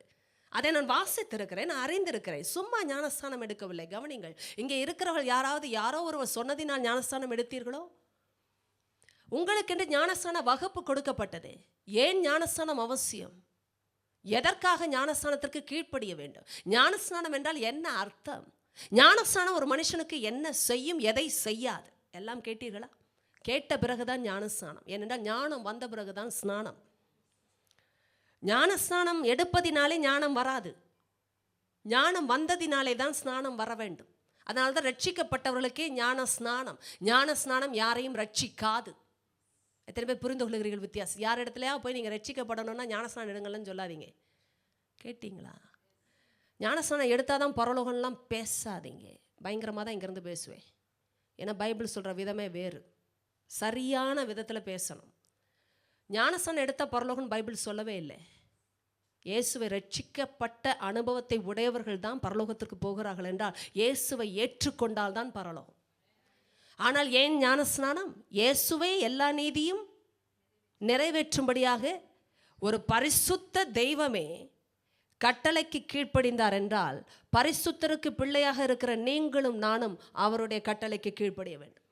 அதை நிறைவேற்றும்படியே நாமும் கீழ்ப்படுகிறோம். புரிந்து கொண்டீர்களா? இப்பொழுது கவனிங்கள், ஞானஸ்தானமே அற்புதமான விளக்கம். இது மாத்திரமல்ல, நீங்கள் ஞானஸ்தான வகுப்பில் இருந்திருந்தாலும் உங்களுக்கு தெரியும், ரோமர் 6 வருகிற விளக்கங்கள், 1 பேதுரு 3:21 வருகிற விளக்கங்கள். இப்பொழுது என்னை கவனிங்கள், இது கொலோசியர் 2:12 ஞான ஸ்நானத்திலே அவரோட கூட அடக்கம் பண்ணப்பட்டவர்களாகவும். அப்படி என்றால் பாவத்துக்கு மரித்த நாம் நீதிக்கு பிழைத்தோம். உண்மைதானே? பாவத்துக்கு நான் எப்படி மரித்தேன்? எனக்குள் பாவமே மரிக்காது. எத்தனை பேர் புரிந்து கொள்கிறீர்கள்? எனக்குள் பாவமே, ஏனென்றால் ஜென்ம சுபாவமே பாவத்துக்குரியது. நான் பிறந்து வளர்ந்து துர்குணத்திலேயே பிறந்து வளர்ந்த என்னுடைய சுபாவமே பாவத்துக்குரியதே. அதை எப்படி நான் மரிக்க செய்ய முடியும்? எத்தனை பேர் கேட்டீர்கள்? மரிக்கவே செய்ய முடியாது. பாவத்துக்கு நான் மரிக்கவே. ஆனால் என் பாவங்களுக்காக ஒருவர் மரித்தாரே, அதை நான் விசுவாசிக்கும் பொழுதே பாவத்தின் வல்லமை என் மேல் உடைக்கப்படுகிறது. ஏனென்றால் அவர் உயிர்த்தெழுந்தபடியினாலே மரணத்தை ஜெயித்தார், பாவத்தை ஜெயித்தார். ஏனென்றால் பாவத்தின் சம்பளம் மரணம். எனக்கு கொடுக்கப்பட வேண்டிய சம்பளம் அவருக்கு கொடுக்கப்பட்டது. அப்படினால் என்ன அர்த்தம்? நான் சுமந்து தீர்க்க வேண்டியதை அவர் சுமந்து தீர்த்தபடினால் பிசாசு இப்ப எதிர்பேச்சு பேச முடியாது. உன்னை கொல்லணும்னா கொல்ல முடியாது. எனக்காக ஒருத்தர் கொல்லப்பட்டார் பிசாசே. அது மாத்திரமல்ல, அவர் ஜெயித்தார். அப்படின்றால் உன்னையே கொன்றார், உன் கிரியைகளையே அழித்தார். ஏமே, அவனுடைய கிரியை பாவத்தின் கிரியை. எத்தனை பேர் புரிந்து கொள்கிறீர்கள்? பிசாசு ஆதி முதலாகவே பாவம் செய்கிறான். அதனால் அவனுடைய கிரியை பாவத்தின், அவன் கிரியைகளையே அழித்தவர் ஒருவர் எனக்காக உயிரோடு இருக்கும் பொழுது இப்பொழுது பாவத்தின் வல்லமை என் மேல் உடைக்கப்படுகிறது. அவன் எனக்கு எஜமான் இல்லை. You are no longer under the mastery of sin, but you are under grace, never under law. நம்ம இப்போ பிரமாணத்துக்கு கீழே இல்லை, கிருபையின் கீழே இருக்கிறோம். ஏனென்றால் பாவத்தின் வல்லமை, பிரமாணத்தின் பலனே பாவம். தெரியுமா உங்களுக்கு? ஏனென்றால் பிரமாணத்தை பின்பற்றினவங்க பாவத்தையே அறிக்கை செய்ய வேண்டிய நிலைமை. காரணம், பிரமாணம் எப்பவுமே பாவத்தை சுட்டி காட்டினதை ஒழிய பாவத்தை விட்டுவிட பலனை கொடுக்கவில்லை. ஆனால் பிரமாணத்தையே நிறைவேற்றும்படியே வந்த பரிசுத்த பாவத்துக்காக மரித்து உயிரோடு எழுந்தபடினால் பலனாகிய பாவத்தை ஜெயிக்கக்கூடிய அந்த சுபாவத்தையே நமக்குள் தருகிறார். என்னடா, சுபாவம் மாறினால் பலனே மாறுகிறது. ஹல்லேலூயா. பாவத்தின் சுபாவம் பலவீனம், பரிசுத்தத்தின் சுபாவம் பலன். இப்போ பரிசுத்தருடைய சுபாவம் உள்ள வந்தாச்சுன்னா புதிய மனுஷனே வந்து விட்டான் என்றால் என்ன ஆகுது? பழைய சுபாவத்துக்குரிய பலவீனங்கள் ஓடி விடுகிறது. இதை நீங்கள் விசுவாசிக்க வேண்டும். நீங்கள் விசுவாசிக்கும் பொழுது தான் அது சொந்தமாகிறது. கவனிங்கள், ரட்சிப்பே விசுவாசத்தால் தான் வந்தது. நீங்கள் விசுவாசித்தீர்கள், ரட்சிக்கவே பட்டீர்கள் என்றால், இதையும் விசுவாசித்தீர்கள் என்றால் பரிசுத்தத்தை பெற்றுக்கொண்டு வாழத்தான் வாழ்கிறீர்கள். ஏனென்றால் உங்களுக்குள் வேறு சுபாவம் இல்லை. எத்தனை பேர் கேட்டீர்கள்? அப்படி சுபாவம் போராடும் பொழுது நாம் துக்கப்படுகிறோம். காரணம் துக்கம் வந்ததற்கு காரணமே நான் வேற ஆள். எதுவுமே கேட்டீங்களா? ஆமென், ஆமென். மைனர் வாழ்க்கையில் இது மேஜர் வாழ்க்கை. மைனருக்கு எல்லாம் சகஜம். ஆனால் இப்போ இருக்கிற இந்த மேஜர் லைஃப்பில் எல்லாமே சகஜம் இல்லை. அதனால தான் வலிக்குது. எத்தனை பேர் புரிகிறதா? கால் கட்டு போட்டால் புத்தி மாறாது. மாறலைன்னா என்ன அர்த்தம் சொல்லுங்க? என்ன எப்படி பார்க்குறீங்க? மாறலைன்னா என்ன அர்த்தம்? புத்தியே மாறல, எதுவும் மாற்றாது என்ற அர்த்தம். என்னை கவனிங்கள், ஒரு மனுஷனுடைய லைஃப்பில் சேஞ்சஸை கொண்டு வருகிற பிரமாணம் உங்கள் வாழ்க்கையில் என் வாழ்க்கையில் கடந்து வருகிறது என்றால், மாற்றப்படும்படியாய் கடந்து வருகிறது என்றால், மாறினவர்களுக்கு தான் அது மாற்றத்தை கொடுக்கிறது. ஏமே, ஏன்னா சுபாவத்தின் ருசி அது, சுபாவத்தின் விருப்பம் அது, சுபாவத்தின் சாயல் அது, சுபாவத்தின் அஸ்திபாரமே அது. சத்தியம் அதனால்தான் ஒரு தேவ பிள்ளையை மாற்றுகிறது, வேற எதுவும் மாற்றாது. ஒரு காலத்தில் யாரோ எதையோ சொல்லி நம்மை மாற்றினார்கள். இன்று நம்மை மாற்றுவது சத்தியம்தான். ஏன்னா அதுதான் நான், அந்த சுபாவத்துக்குரிய சிருஷ்டி நான், புதிய மனுஷன் நான். வேறு எதுவுமே என்னை மாற்ற நான் அனுமதிக்க முடியவில்லை. ஏனென்றால் பிழைப்பதே அந்த வார்த்தையால். ஏமே, என்னை கவனித்துக் கொண்டிருங்கள். இதை எதற்காக பேசினேன்? எதை விட வேண்டும் என்று போதிப்பதே ஆண்டவர் தான். எதை பிடிக்க வேண்டும் என்று சொல்லித் தருகிற தேவன் எதை விட வேண்டும் என்றும் சொல்லித் தருகிறார். ஏனென்றால் விடாமல் ஒன்றை பிடிக்க முடியாது, ஒன்றை அழிக்காமல் இன்னொன்றை எழுத முடியாது. கேட்டீர்களா? இப்போது கர்த்தர் பேசுகிற பிரதானமான காரியம், நீங்கள் கிறிஸ்துவுடனே கூட எழுந்தது உண்டானால் என்று சொல்லும் பொழுதே இந்த 12வது வசனத்தை 2வது அதிகாரத்தில் பார்த்தோம். நான் ஞான ஸ்நானத்திலே அவரோட கூட அடக்கம் பண்ணப்பட்டது ஒரு அடையாளம். ஆனால் ரட்சிக்கப்பட்ட பொழுதே அடக்கம் பண்ணப்பட்டு விட்டேன். எத்தனை பேர் கேட்டீர்கள்? எப்படி அதை சொல்லுகிறார்? அதிலே அவரை மரித்தோரிலிருந்து எழுப்பின தேவனுடைய செயலின் மேலுள்ள விசுவாசத்தினாலே அவரோட கூட எழுந்தவர்களாகவும் இருக்கிறீர்கள். ஹல்லேலூயா. கவனிங்க, நான் மரித்த அந்த அடக்கம் பண்ணப்பட்ட அந்த செயலே ஒரு அடையாளம். உண்மைதானே? நான் உண்மையாக சாகலை, ஆனால் நான் செத்ததற்கு அது அடையாளம். நான் தண்ணிக்குள்ளே போய் வெளியே வரும்பொழுது எதை காட்டினேன்? நான் பழைய மனுஷியாக இருந்த வாழ்க்கை முடிந்து போனது, கிறிஸ்துவுடனே கூட நான் அடக்கம் பண்ணப்பட்டு விட்டேன். அப்படின்னா எனக்காக ஒருவர் அடக்கம் பண்ணப்பட்டார். நான் செத்து போக வேண்டிய இடத்துல ஒருவர் மரித்தார். என் பாவம் அவரை மரிக்க பண்ணினபடினால் இன்று அவரோட கூட நான் அடக்கம் பண்ணப்படுகிறேன் என்றால் என்ன அர்த்தம்? என் பாவங்களும் அவரோட கூட அடக்கம் பண்ணப்பட்டது. இப்பொழுது அவரை மரித்தோரிலிருந்து எழுப்பின தேவனுடைய செயலின் மேல் என் விசுவாசத்தை வைக்கிறேன். தேவன் அவரை எழுப்பினது எத்தனை நிச்சயமோ, இன்னைக்கு உயிரோடு இருக்கிறார் என்பதற்கு உலகமே சாட்சி. ஏனென்றால் அந்த கல்லறை எம்டியா இருக்கு. அப்படி என்றால் தேவன் அவரை உயிரோடு எழுப்பின அவருடைய அந்த செயலின் மேல், நன்றாக கவனிங்க, இது மனுஷனால் வர முடியாத செயல், தேவனே செய்து காட்டினார் பரிசுத்தாவின் வல்லமையினால். அந்த செயலின் மேல் உள்ள விசுவாசத்தினாலே நான் அவரோட கூட எழுந்த ஆளாகவும் இருக்கிறேன். ஏமே, நல்லா கவனிங்க, இயேசு பாவத்தை ஜெயித்து எழுந்தது எவ்வளவு நிச்சயமோ அவ்வளவு நிச்சயம் தேவன் உங்களையும் ஜெயிக்க வைத்தது. ஏன்னா அவரோடு கூட எழுந்தீர்கள். ஏமே, இது கவனிங்க, இது என்னால் முடியாது, அவரால் முடியும். ஆனால் நான் அவரோடு சேர்ந்து கொள்ளுகிறதை நான் ஒவ்வொரு முறையும் நான் என்ன செய்ய வேண்டும்? அறிக்கை செய்து, இல்லை, அவரோடு சேர்ந்து இருப்பதை ஒவ்வொரு முறையும் நான் அறிந்து அறிக்கை செய்ய வேண்டும். ஏன்னா அதுதான் என் புதிய சுபாவத்துக்குரிய அத்தாட்சி. எத்தனை பேர் புரிந்து கொள்கிறேன்? பிசாசு ஒவ்வொரு முறையும் நம்மை குற்றப்படுத்தும் பொழுதும், அதனால தான் சொன்னேன், நம்முடைய உணர்வுகளை வைத்து ஜெயிக்க முடியாது, நம்முடைய சிந்தனையின் பலத்தை வைத்தும் ஜெயிக்கவே. ஏனென்றால் சிந்தனையை தானே அட்டாக் பண்ணுறான். எதிரான எண்ணங்கள், பொய்யான வார்த்தைகள், நம்மையே குற்றப்படுத்துகிற வார்த்தைகள். என்ன செய்வது? மனமடிகிற சூழ்நிலையில் எப்படி மனதை பயன்படுத்துவது? புரிகிறீர்கள்? மைண்டே மடியும் பொழுது எப்படி மைண்டை யூஸ் பண்ணுறது? கரெக்டா?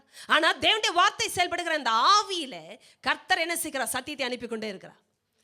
அதனால் தான் நாம் உயிர்ப்பிக்கப்படுகிறோம் ஒவ்வொரு முறையும். கர்த்தர் சொல்லுவார், இந்த பேஜை திருப்பி பார், இந்த சத்தியத்தை திருப்பி பார், இந்த சத்தியத்தை நீ விசுவாசிக்கிறாய் அல்லவா, அறிக்கை செய். அந்த நிமிஷமே பொய்யின் வல்லமை உடைக்கப்படுகிறது. இப்பொழுது கவனிங்க, இதை நான் விசுவாசிப்பதே பிசாசுக்கு அடி. காரணம், தேவனுடைய செயலை நான் விசுவாசிக்கிறேன், என் செயலை அல்ல. எத்தனை பேர் கேட்டீர்கள்? நான் மரித்தேன், நான் எழுந்தேன் என்று என்னை பேசவில்லை பிசாசே. நான் இயேசுவுடனே கூட அடக்கம் பண்ணப்பட்டேன். இன்றைக்கு இயேசுவையே எழுப்பின தேவனுடைய செயலின் மேல் விசுவாசம் வைத்தபடினா அவரோட கூட எழுப்பவும் பட்டேன். என் விசுவாசம் எழுப்பப்பட்டவர் மேல் இருக்கிறது, அதனால் நான் எழுந்திருக்கிறேன். ஆமென். நான் ஏற்கனவே எழுந்திருந்திருக்கிறேன். அதனால் இப்பொழுது நீங்கள் எழுந்ததுண்டானால், எழுந்திருக்கிறீர்களா? எழுந்து, ஏற்கனவே நீங்கள் ஆண்டவரோடு எழுந்து விட்டீர்கள். இப்பொழுது கிறிஸ்து தேவனுடைய வலது பாரிசத்தில் வீற்றிருக்கும் இடத்துல மேலானவைகளை தேடுங்கள். அடுத்த வார்த்தை நாடுங்கள். கரெக்டா? தேடுவதற்கும் நாடுவதற்கும் என்ன வித்தியாசம் உண்டா? ஆங்கிலத்தில் வாசித்தவர்கள் சொல்லுங்கள் ஐயா.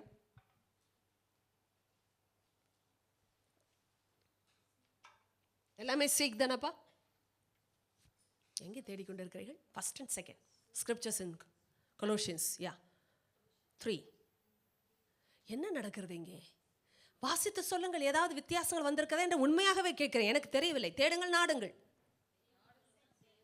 Set your hearts on things that are above. Second, fine. Second one,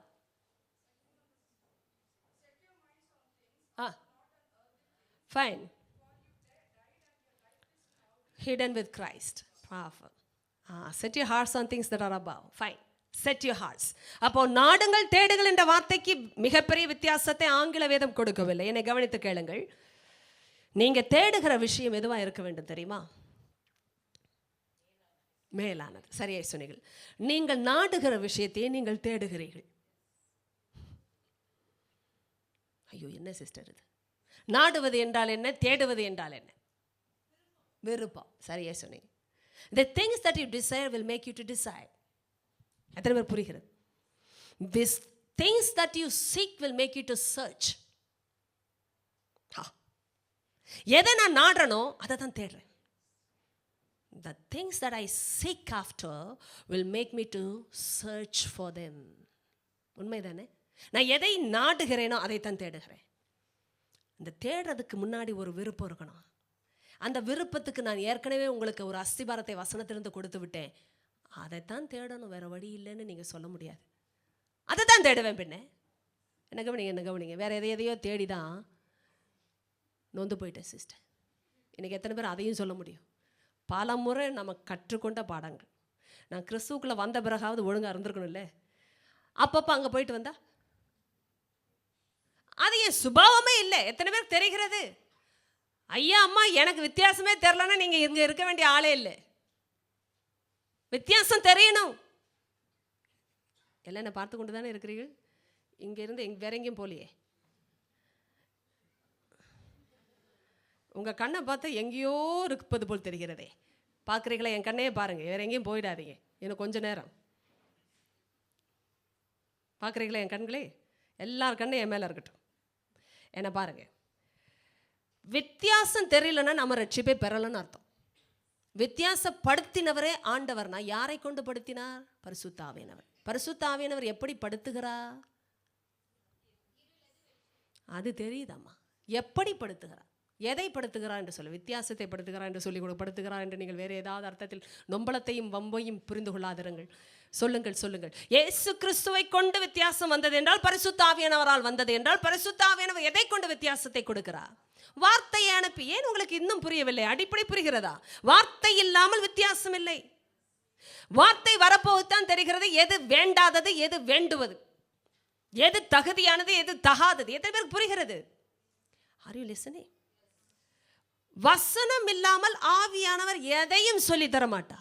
என்னடா சத்தியத்தின் ஆவியானவர் நடத்தினா சத்தியத்துக்குள் தான் நடத்துவார். காரணம், சத்தியம் வருகிற இடத்தில் தான் அசத்தியம் வெளிப்படும். ஏதேன் தோட்டத்தின் கதை எத்தனை பேருக்கு இன்னும் புரிகிறது? நான் சொன்னேன், சத்தியத்தை புரிந்து கொண்டவர்கள் தான் அசத்தியத்தை கண்டுபிடிக்கிறார்கள். அதனால் தான் வஞ்சிப்பிலிருந்தும் தப்புகிறார்கள். ஏவாள் வஞ்சிக்கப்பட்டது சத்தியம் தெரியாததினால் அல்ல, தெரிந்தே வந்த பிரச்சனை. என்றால் இந்த காலங்கள் தெரிந்து கொள்ளப்பட்டவர்களே வஞ்சிக்க கூடுகிற காலங்கள். Even the elect will be deceived in these days. அப்படின்னா எந்த அளவுக்கு சத்தியம் வேணும்? கேட்டுக்கொண்டு இருக்கிறீர்களா? வித்தியாசத்தை கொடுக்கிற வார்த்தையே நமக்கு தெரியவில்லை என்றால் வித்தியாசம் தெரியாது. பொய்க்கும் சத்தியத்துக்கும் வித்தியாசம் தெரிய வேண்டும் என்றால், பொய் 4 சத்தியம் 4 தெரிஞ்சா நடக்காது.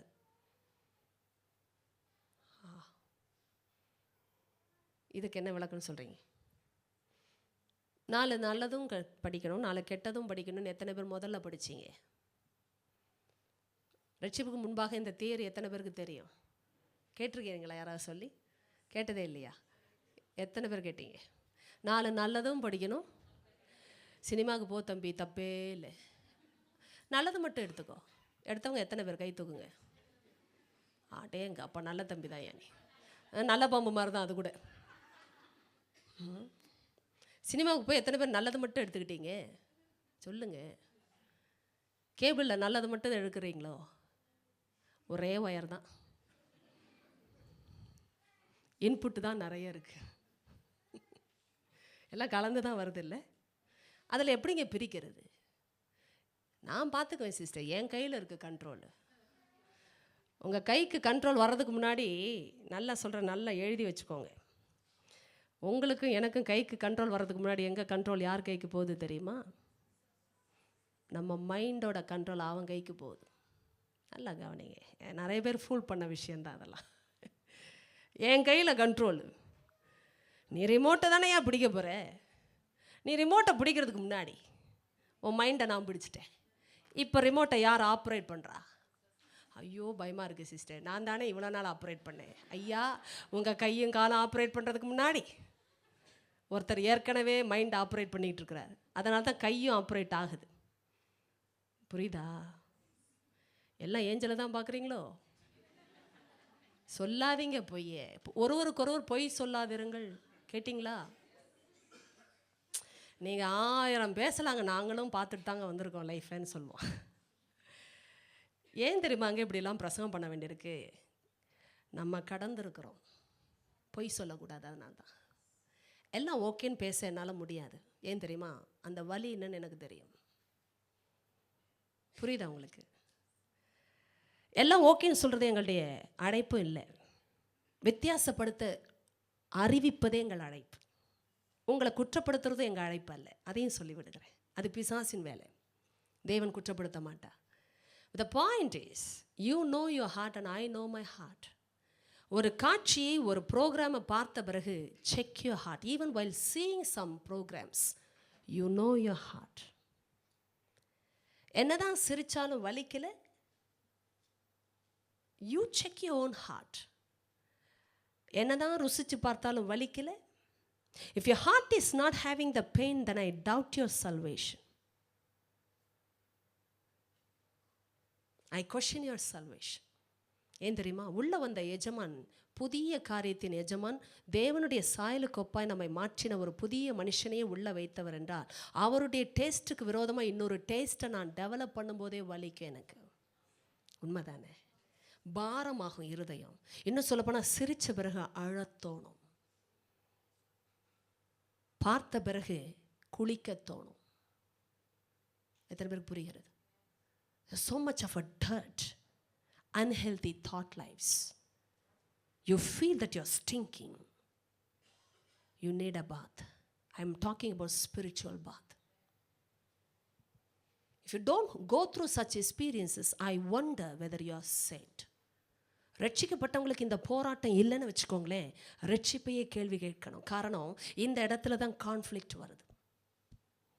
புதிய எஜமானுக்குரிய புதிய டேஸ்ட் அவர் கொடுக்க நம்மை நடத்தும் பொழுது, வேறு பழைய டேஸ்ட்டுக்குரிய எஜமானுக்குரிய அந்த காரியங்களை நம்ம இன்டல்ஜ் பண்ணும் பொழுது, அதாவது மூழ்கும் பொழுது, நாம் மரணத்தை உடனே உணர்கிறோம். ஆனால் அது பரவாயில்ல பரவாயில்ல பரவாயில்லன்னு பல நாள் வாழறவங்களுக்கு பாருங்கள், இருதயம் கடினமாயிடும். எத்தனை கேட்டீர்கள்? இன்றைக்கி பயங்கரமான தேரையோட கர்த்தர் என்னை கொண்டு வந்தார். உள்ளே போகிறதுக்கு முன்னாடி இவ்வளவும் நான் ஃபவுண்டேஷனாக பேசிக்கிட்டு இருக்கேன். You know why we need each other? பயங்கரமான தியரிங்க இருக்குது.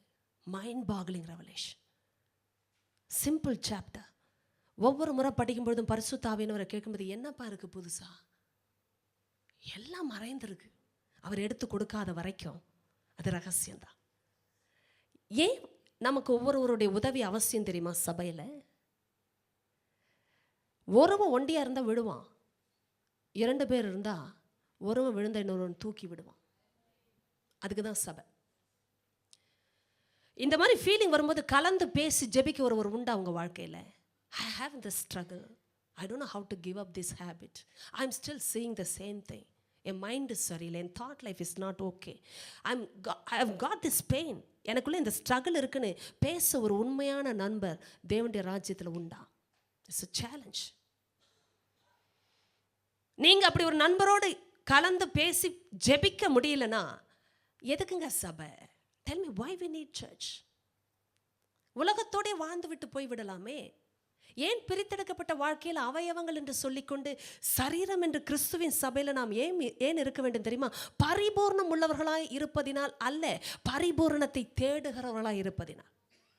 That's a struggle. I don't teach or preach from this pulpit this is wrong, that is right, but I make you to decide on your own what is right and wrong, because we preach the truth. சத்தியம் வரும்பொழுது ஒரு மனுஷனுக்கு மனுஷிக்கு எது சரி தவறுன்னு தானா பிரித்தெடுக்க வைப்பார். எடுக்கிற முயற்சி உங்களுடையது. அந்த வலியை கடக்கிறனால தான் இட்ஸ் நாட் வர்த் இட்ன்ற முடிவுக்கு வரோம். தெரியுமா உங்களுக்கு? வலியோட எப்படி வாழறீங்க யோசித்து பார்ப்போமா? என்னைக்காவது ஒரு நாள் வலியோட எத்தனை நாள் வாழறது? You become frustrated, right?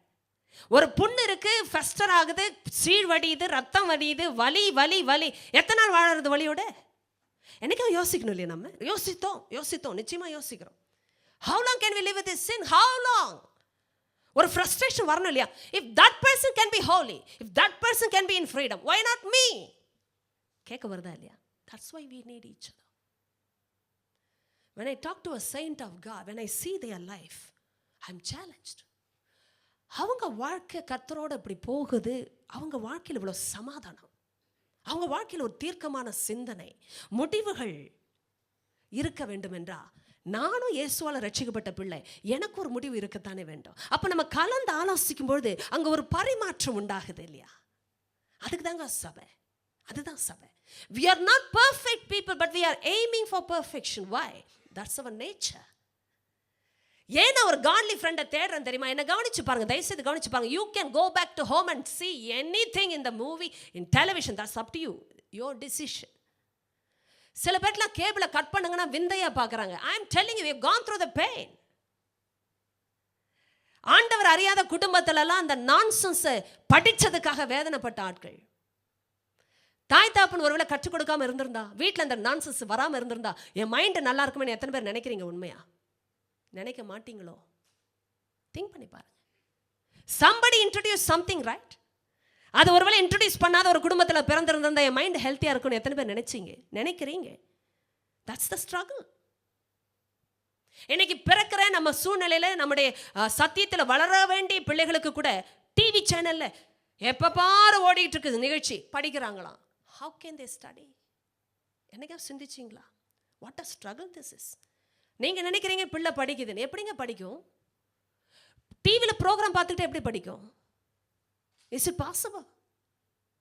பிள்ளை படிக்க முடியல, ரிசல்ட் சரியில்லைன்னு ஜெபிக்க வரீங்க, எப்படி ஜெபத்துக்கு பதில் வரும்? நான் ஏற்கனவே சொன்னேன், ஒன்றை அடிக்காமல் இன்னொன்று எழுத முடியாது, ஒன்றை டிஸ்கனெக்ட் பண்ணாமல் இன்னொன்று கனெக்ட் பண்ண முடியாது. தெரியுமா உங்களுக்கு? சில விஷயங்களை டிஸ்கனெக்ட் பண்ணாதான் முடியும்னா பண்ணணும், வேற வழி இல்லை. பிகாஸ் நான் ஏற்கனவே சொன்னேன், நம்ம கையில் கண்ட்ரோல் இருக்கு. நம்ம நினைச்ச நாட்களில் மைண்டு கண்ட்ரோல் இல்லை. நல்லா கவனிங்க, மைண்டு கண்ட்ரோலை பிசாசு எடுத்துட்டான்னா கை காலுக்கு கண்ட்ரோல் இல்லை. நம்ம நினைக்கிறோம் நான் கண்ட்ரோலில் தான் இருக்கிறேன். Let me tell you something. உங்கள் வீட்டில் இது வரைக்கும் நீங்கள் அடிமைத்தனத்திலே இல்லை, உங்கள் கண்ட்ரோலில் இருக்கீங்கன்னு நினச்சிங்கன்னா டிஸ்கனெக்ட் பண்ணி பாருங்க, சிம்டம்ஸ் தெரிய வரும். புரியல? கேபிளை கட் பண்ணி பாருங்க, தெரிய வரும்னு சொன்னேன். பிள்ளைங்க ஒழுங்காக இருந்தாலும் ஐயா அம்மாவுக்கு உதறும். குடித்தவங்க சில வித்ட்ராயல் சிம்டம்ஸை காட்டுவாங்களாம் குடியை நிறுத்தும் போது, அது மாதிரி உதறும். என்னவோ மாதிரி இருக்குல்ல வீடு, ஏதோ ஒன்று கேட்டீங்க. நேரம் வேஸ்ட் ஆகுதுன்னு ஒரு ஃப்ரஸ்ட்ரேஷன் வரும்போது, ஏங்க வேண்டிய காரியத்துக்கே நேரம் இல்லை, வேண்டாத காரியத்துக்கு எப்படிங்க நேரம் இருக்குது? எத்தனை பேர் கேட்டீங்க? நான் எப்பவுமே ஒண்டர் பண்ண விஷயம், டைம் எப்படிங்க பத்துது? மணிக்கணக்காக ஒரு பெட்டி முன்னாடி உட்கார முடியுது, அப்புறம் எப்படி பைபிள் திறக்க முடியும்? எத்தனை நேரம் நினச்சிங்க பைபிளை திறந்து படிக்கணும்னு? படிக்க முடியல. I am telling you the truth. நீங்களாம் கிறிஸ்தவங்க, நானும் கிறிஸ்தவங்க தான். நம்ம நினச்சோம் உண்மை, இந்த ப்ரோக்ராம் முடிச்சுட்டு பைபிள் படிக்கலாம் நினச்சோம். எத்தனை பேர் சொல்ல முடியும்? மனசாட்சியில் பேசுங்க. பைபிளை திறக்கணும்னு நினச்சாலும் திறக்க முடியல. ஏன் தெரியுமா? ரெண்டும் ஒட்டாது. Sinful mind is hostile to God. It can never submit to God, neither can it do so. Sinful mind பிசாசு நல்லா அறிவான். படிக்கணும்னு நினைச்சாலும் படிக்க முடியாது, விரும்பினாலும் முடியாது. ஏன்னா விருப்பமே மாறிடுச்சு.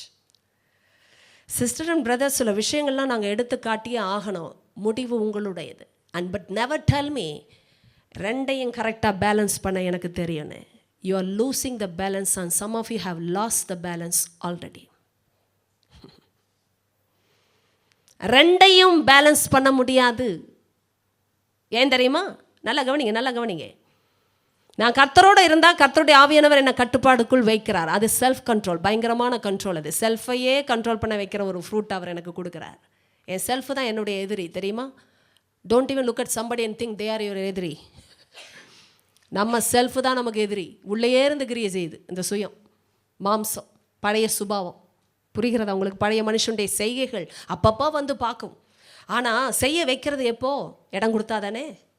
புதிய மனிதனுக்குரிய செய்கைகளுக்கு ஏற்ற நிறைய காரியங்களை நான் இன்றைக்கி படித்து வந்த விஷயங்கள் பயங்கரமானது. நான் சொல்கிறத கவனிங்க. why we need each other in the body of Christ. ஏன் எனக்கு இன்னொரு நண்பர் அவசியம் தெரியுமா? ஆவிக்குரிய நிலைமையில் அப்படித்தான் காரியங்கள் செயல்படும். பழைய வாழ்க்கையில் நண்பர்கள் இருந்தவங்க எத்தனை பேர் சொல்கிறீங்க எனக்கு நண்பர்கள் இருந்தாங்க? உண்மையை ஒத்துக்கிட்டால் தப்பு இல்லை. ஏன்னா இன்றைக்கி புதிய வாழ்க்கை வாழ்ந்து கொண்டிருக்கோம். பழைய வாழ்க்கையில் நண்பர்கள் எத்தனை பேருக்கு இருந்தாங்க? நிறைய பேர் பலவிதமாக இருந்தாங்கல்ல. புதிய வாழ்க்கையில் எத்தனை நண்பர்கள் இருக்காங்க? கை தூக்க வேண்டாம். Think about it. Think about it. Think பண்ணுறீங்களா இப்போவே? நல்லா கவனிங்க. பழைய வாழ்க்கையில் எத்தனை பேர் நண்பர்களாக இருந்தாங்க? சில பேருக்கு நம்பர் கூட மறந்துருச்சு. ஏன்னா மோர் தென் ஒன் கண்டிப்பாக ஏகப்பட்ட ஃப்ரெண்ட்ஸ். ஒரு திக் ஃப்ரெண்ட்ஷிப் இருந்திருக்கலாம். பட் பழைய வாழ்க்கைக்கு நண்பன் இருந்தார்கள் அல்லவா? புதிய வாழ்க்கைக்கு ஏன் நண்பர்கள் அவசியம்? நான் சொன்னது உங்களுக்கு புரிய வேண்டும். கவனிங்க. புதிய வாழ்க்கைக்கு ஏன் நண்பர்கள் அவசியம்? தூண்டி விடுவாங்க, கொட்டுவாங்க, திட்டுவாங்க, கடிந்து கொள்வார்கள், கவனம் எடுப்பார்கள், மேற்பார்வை செய்வார்கள், கூட சேர்ந்து அழுவார்கள், செபிப்பார்கள், தூக்கி விடுவார்கள். வேண்டுமா வேண்டாமா? ஜெபம் பண்ணுங்க. கர்த்தர் நிச்சயமாக அப்படிப்பட்ட ஒரு ஆளை தருவார். 2 பேர் இல்லாட்டியும் ஒரு ஆள் வேணும். எதுவுமே புரிந்து கொள்ளுங்க. உண்மையாக நான் சொல்லுகிறேன். அப்படிப்பட்ட நண்பர்களுக்காக ஸ்தோத்திரம். நான் என்றைக்குமே சொல்லுவேன், உண்மையாக நேசித்தாங்கன்னா உள்ளபடியே பேசணும். கேட்டிங்களா? உண்மையாக நேசித்தாங்கன்னா உள்ளபடியே பேசணும். இந்த பட்டர் போடுற ஆசாமிகளை நம்ப முடியாது. எத்தனை பேர் கேட்டீங்க? சிநேகிதன் அடிக்கும் அடிகள் இன்பமானவைகள், சத்ரு இடுகிற முத்தங்களோ வஞ்சனை உள்ளவைகள். முத்தம் கொடுக்குறவங்க எல்லாம் ஃப்ரெண்டு இல்லை, நல்லா கவனிச்சுக்கோங்க.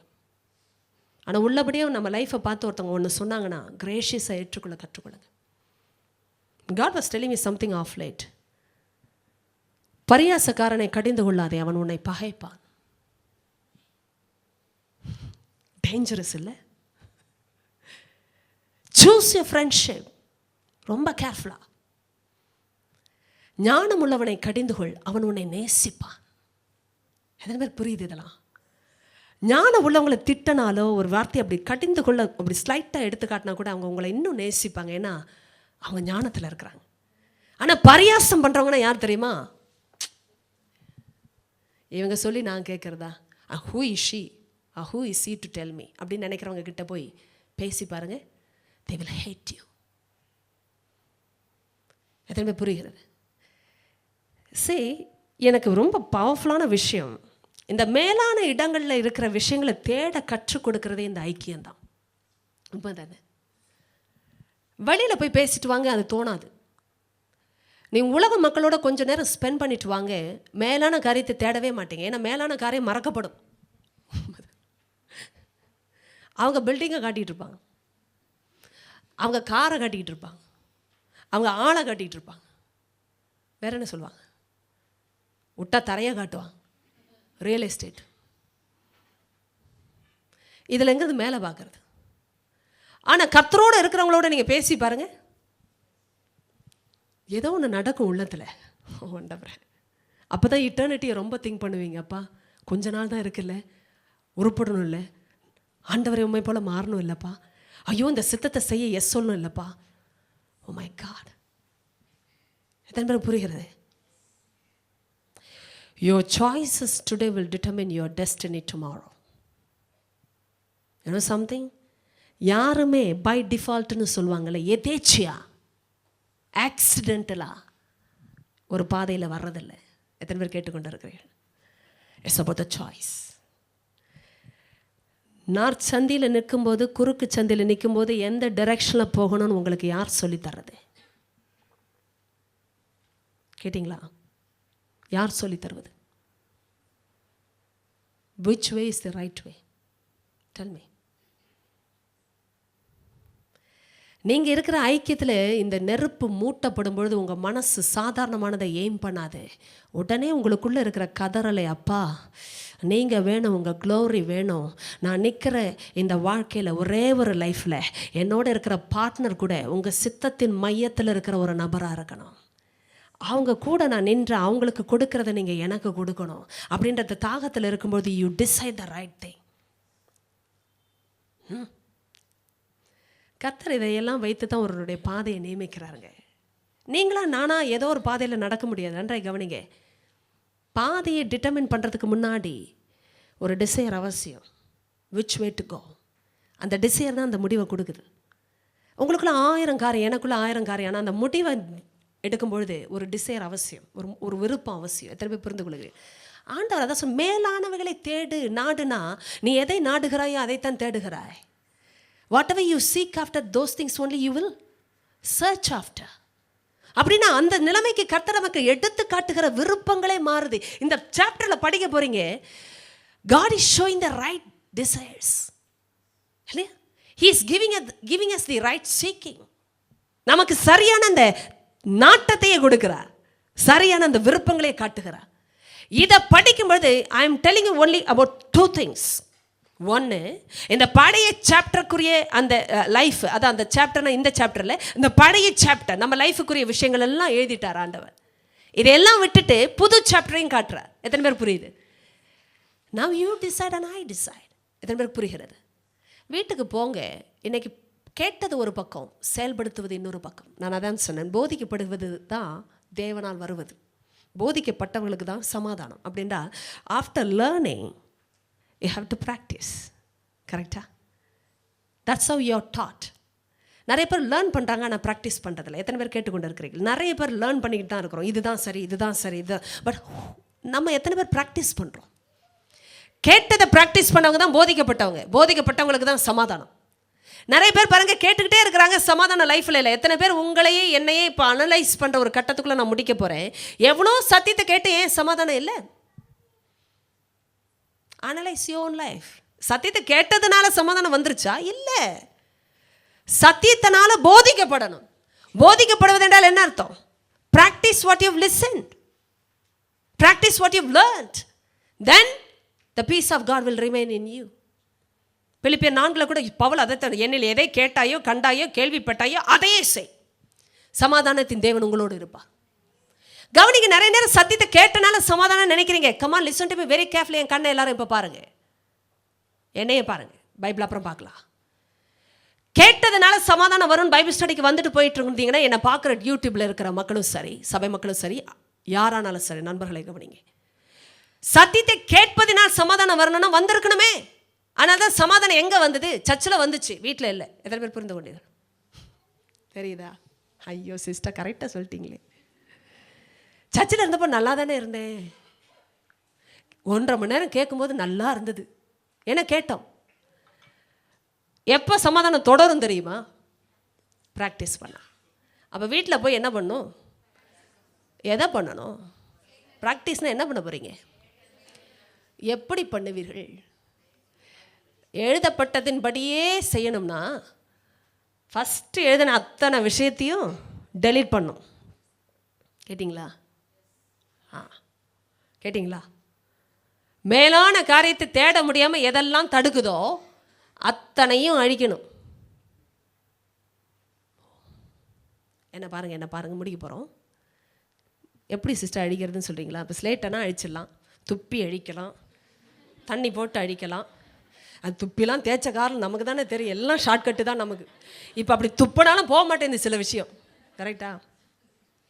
அடுத்தவங்களுக்கு துப்பினாலும் மாறவா போகிறாங்க? மாற மாட்டாங்க. ஏன்னா அது அவ்வளோ ஈஸியாக போகாது. இப்போது என்ன பாருங்கள், இத்தனையும் பழைய சாப்டர். பிகினிங்கும் புது லைஃபுக்குரிய நாடுதலும் தேடுதலையும் பேசிட்டு பழைய சாப்டருக்குரிய காரியத்தெல்லாம் டெலிட் பண்ணும், எரேஸ் பண்ணுன்ட்டார் ஆண்டவர். அப்படி எரேஸ் பண்ணும்போது முக்கியமான ஒரு டீலிங் இருக்குது. இப்போ கவனிங்க, என்ன கவனிங்க. மேலானதை தேடணும், மேலானதை தேடணும், மேலானதை. இப்போ மேலே பார்க்குறனால தேடிடுவீங்களா? முன்னாடி போகிற ஆளை முட்டிடுவோம். அப்புறம் கீழானதை தான் தேடணும். உண்மைதானே? இப்போ மேலானதை தேடுங்கள், மேலானதை தேடுங்கள்லாம் எப்படி தேடுறது? இப்படியே தான் நினச்சிட்டு போங்க, எதை தேடுறதுனே தெரியாது. அப்போது கர்த்தர் சொல்கிறாரு, இந்த மேலானதை தேடும்போது கீழானதை தேடும்படி என்ன செய்யும்? ஒன்று போராடும். உடனே பிசாசுலாம் சொல்லாதீங்க. எப்போ பாரு அவனே குறை சொல்லிட்டுருக்கோம். நம்ம ரொம்ப இடையில அப்படியே தள்ளாடுற மாதிரி. நீங்கள் நல்லா கவனிங்க, இது முக்கியமான ஒரு விஷயம். ஏனென்றால் நீங்கள் மரித்தீர்கள், உங்கள் ஜீவன் கிறிஸ்துவுடனே கூட தேவனுக்குள் மறைந்திருக்கிறது. ஆமாம், மரித்தீர்கள், மரிக்க போகிறீர்கள், மரித்து கொண்டிருக்கிறீர்கள் என்றா சொல்லுகிறது. பழையால் போயாச்சுன்னா இப்போ என் ஜீவன் கிறிஸ்துவுடனே கூட இருக்குன்னா இப்போ என்ன நடக்குது பாருங்கள். பிசாசுக்கு அண்ணா தான் பொறுக்கல, அப்புறம் வெளிப்படும் போது நீங்களும் வெளிப்படுவீர்கள். அதெல்லாம் போகட்டும். ஆகையால் 5வது வசனம், விபச்சாரம், அசுத்தம், மோகம், துர்இச்சை, விக்கிரக ஆராதனையாக பொருளாசை ஆகிய இவைகளை பூமியில் உண்டு பண்ணுகிற உங்கள் என்னை பாருங்கள், பூமியில் உண்டு பண்ணுகிற பிசாசை அழித்து போடுங்கள்னு சொன்னார் ஆண்டவர். அதை நான் அழிச்சிட்டேன். பிசாசனுடைய கிரியைகளை அழிக்கும்படிக்கே தேவகுமாரன் அவன் உண்டு பண்ணுகிறவன் தான். ஆனால் அவன் கிரியைகளை தேவன் இயேசுவை கொண்டு அழித்து விட்டாரே. இப்போ நம்மை அழிக்க சொல்லுகிற காரியம் எது தெரியுமா? நம்ம அவயவங்கள். இதுதான் இந்த இச்சைகளை எல்லாம் உண்டு பண்ணுதான். நீ மேலானதை தேடு, மேலானதை தேடுனும் போதே இங்கேயே ஒன்று கீழே தள்ளுது. எத்தனை பேருக்கு புரியுது இப்போ? ஐயோ, நான் தான் தேடுறேன், நானே கீழே போகிறேன். சிஸ்டர் எப்படி இவ்வளோ கரெக்டாக சொல்லிட்டீங்க? நான் தான் தேடுறேன், அதான் போய் முதல்ல கேபிளில் அதை பார்க்குறேன். இங்கே தான் பைபிளில் தேடினேன், ஆனால் வீட்டுக்கு போகும்போதே இங்கே என்ன ப்ரோக்ராம் எனக்காக வெயிட் பண்ணியிருக்குன்னு எனக்கு தெரியும். ஏன்னா அந்த டைமிங்க்கு நான் தான் முடிவு பண்ணியிருக்கேன். எப்போ சமைச்சு எப்போ சாப்பிட எதுக்கு முன்னாடி உட்காரணும்னு எனக்கு தெரியும் சிஸ்டர். ஆனால் இப்போ தேடணுன்னா அப்போ ஓட போகிறேன். நான் தானே தேடனேன், நானே போகிறேன். இப்போ எப்படிங்க நம்ம நிற்கிறது? இதை அடுத்த வாரம் தொடரலாமா? எந்த அவயவங்களை அடிக்கலாம், எப்படி அடிக்கலாம்? அடித்து போடுங்கள் இவ்வளோ சுலபமாக சொன்னவர் தெரியாமல் சொல்லிவிட்டாரோ? எத்தனை பேருக்கு புரிகிறது? எத்தனை பேர் ரெடியாக அவரிங்க டிஸ்கனெக்ட் பண்ணேன்? நான் கேபிள்னு சொல்லவே இல்லை. But it's your choice. பிரசங்கம் பண்ண வேண்டியது என் கடமை. என்னுடைய கடமை முடிந்தது. ஏன்னா நாங்கள்லாம் செயல்படுத்துகிறோம், சொல்லிட்டோம். எவ்வளோ கஷ்டப்படுறோம் நமக்கு தான் தெரியும்.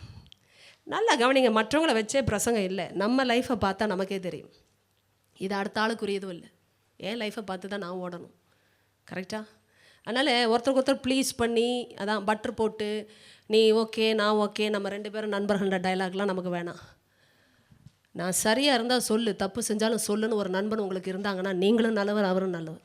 கர்த்தருடைய பார்வையில் எது முக்கியம்? எத்தனை பேர் ஓகேவாக இருக்கீங்க? இப்போது ஓகே நண்பர்கள் எத்தனை பேர் உண்டு உங்களுக்கு? தெரிந்து கொள்ளுங்கள் இயேசுவுக்குள். ஆமேன். பழைய வாழ்க்கைக்குள்ளே நடக்கிறதுக்கும் டெவலப் பண்ணுறதுக்கும் ஸ்டெபிலைஸ் பண்ணுறதுக்கும் ஃப்ரெண்ட்ஷிப் உதவுனது மாதிரி புதிய லைஃப்பில் டெவலப் பண்ணுறதுக்கும் ஸ்டெபிலைஸ் பண்ணுறதுக்கும் ஒரு நண்பர் அவசியம். அதனால தான் சபை இருக்கிறது. எழுந்து நிற்கலாமா? It's a must. ஜெபம் பண்ண போகிறோம். அடுத்த 2 minutes நன்றாக ஃபோக்கஸ் பண்ணுங்கள் உங்கள் கவனத்தை. அப்பா கிட்ட உள்ளபடியே பேசுங்க. லேபிள் வைக்காதீங்க. பாவத்துக்கு பலவீனத்துக்கு லேபிள் வைக்காதீங்க. உள்ளபடியே பாவங்களுக்குரிய பெயரை தேவன் பைபிளில் எழுதியிருக்கிறார். எத்தனை பேர் அந்த பெயரெல்லாம் படித்தோம் இல்லையா? அந்த பெயரை சொல்லுங்கள். பிசாசு அதை கேட்கட்டும். ஏனென்றால் நீங்கள் சொல்லுகிற இடம் வெளிச்சத்தில், சொல்லுகிற நபர் இயேசு கிறிஸ்து, கழுவ போகிறவர் அவருடைய ரத்தத்தினாலே செய்ய போகிறபடினால் உள்ளபடியே பெயர் வைங்க. பார்ப்போம். பெயர் வச்சு சொல்லுங்க, அப்பா இந்த விஷயத்துலேருந்து நான் விடுதலையாக விரும்புகிறேன்.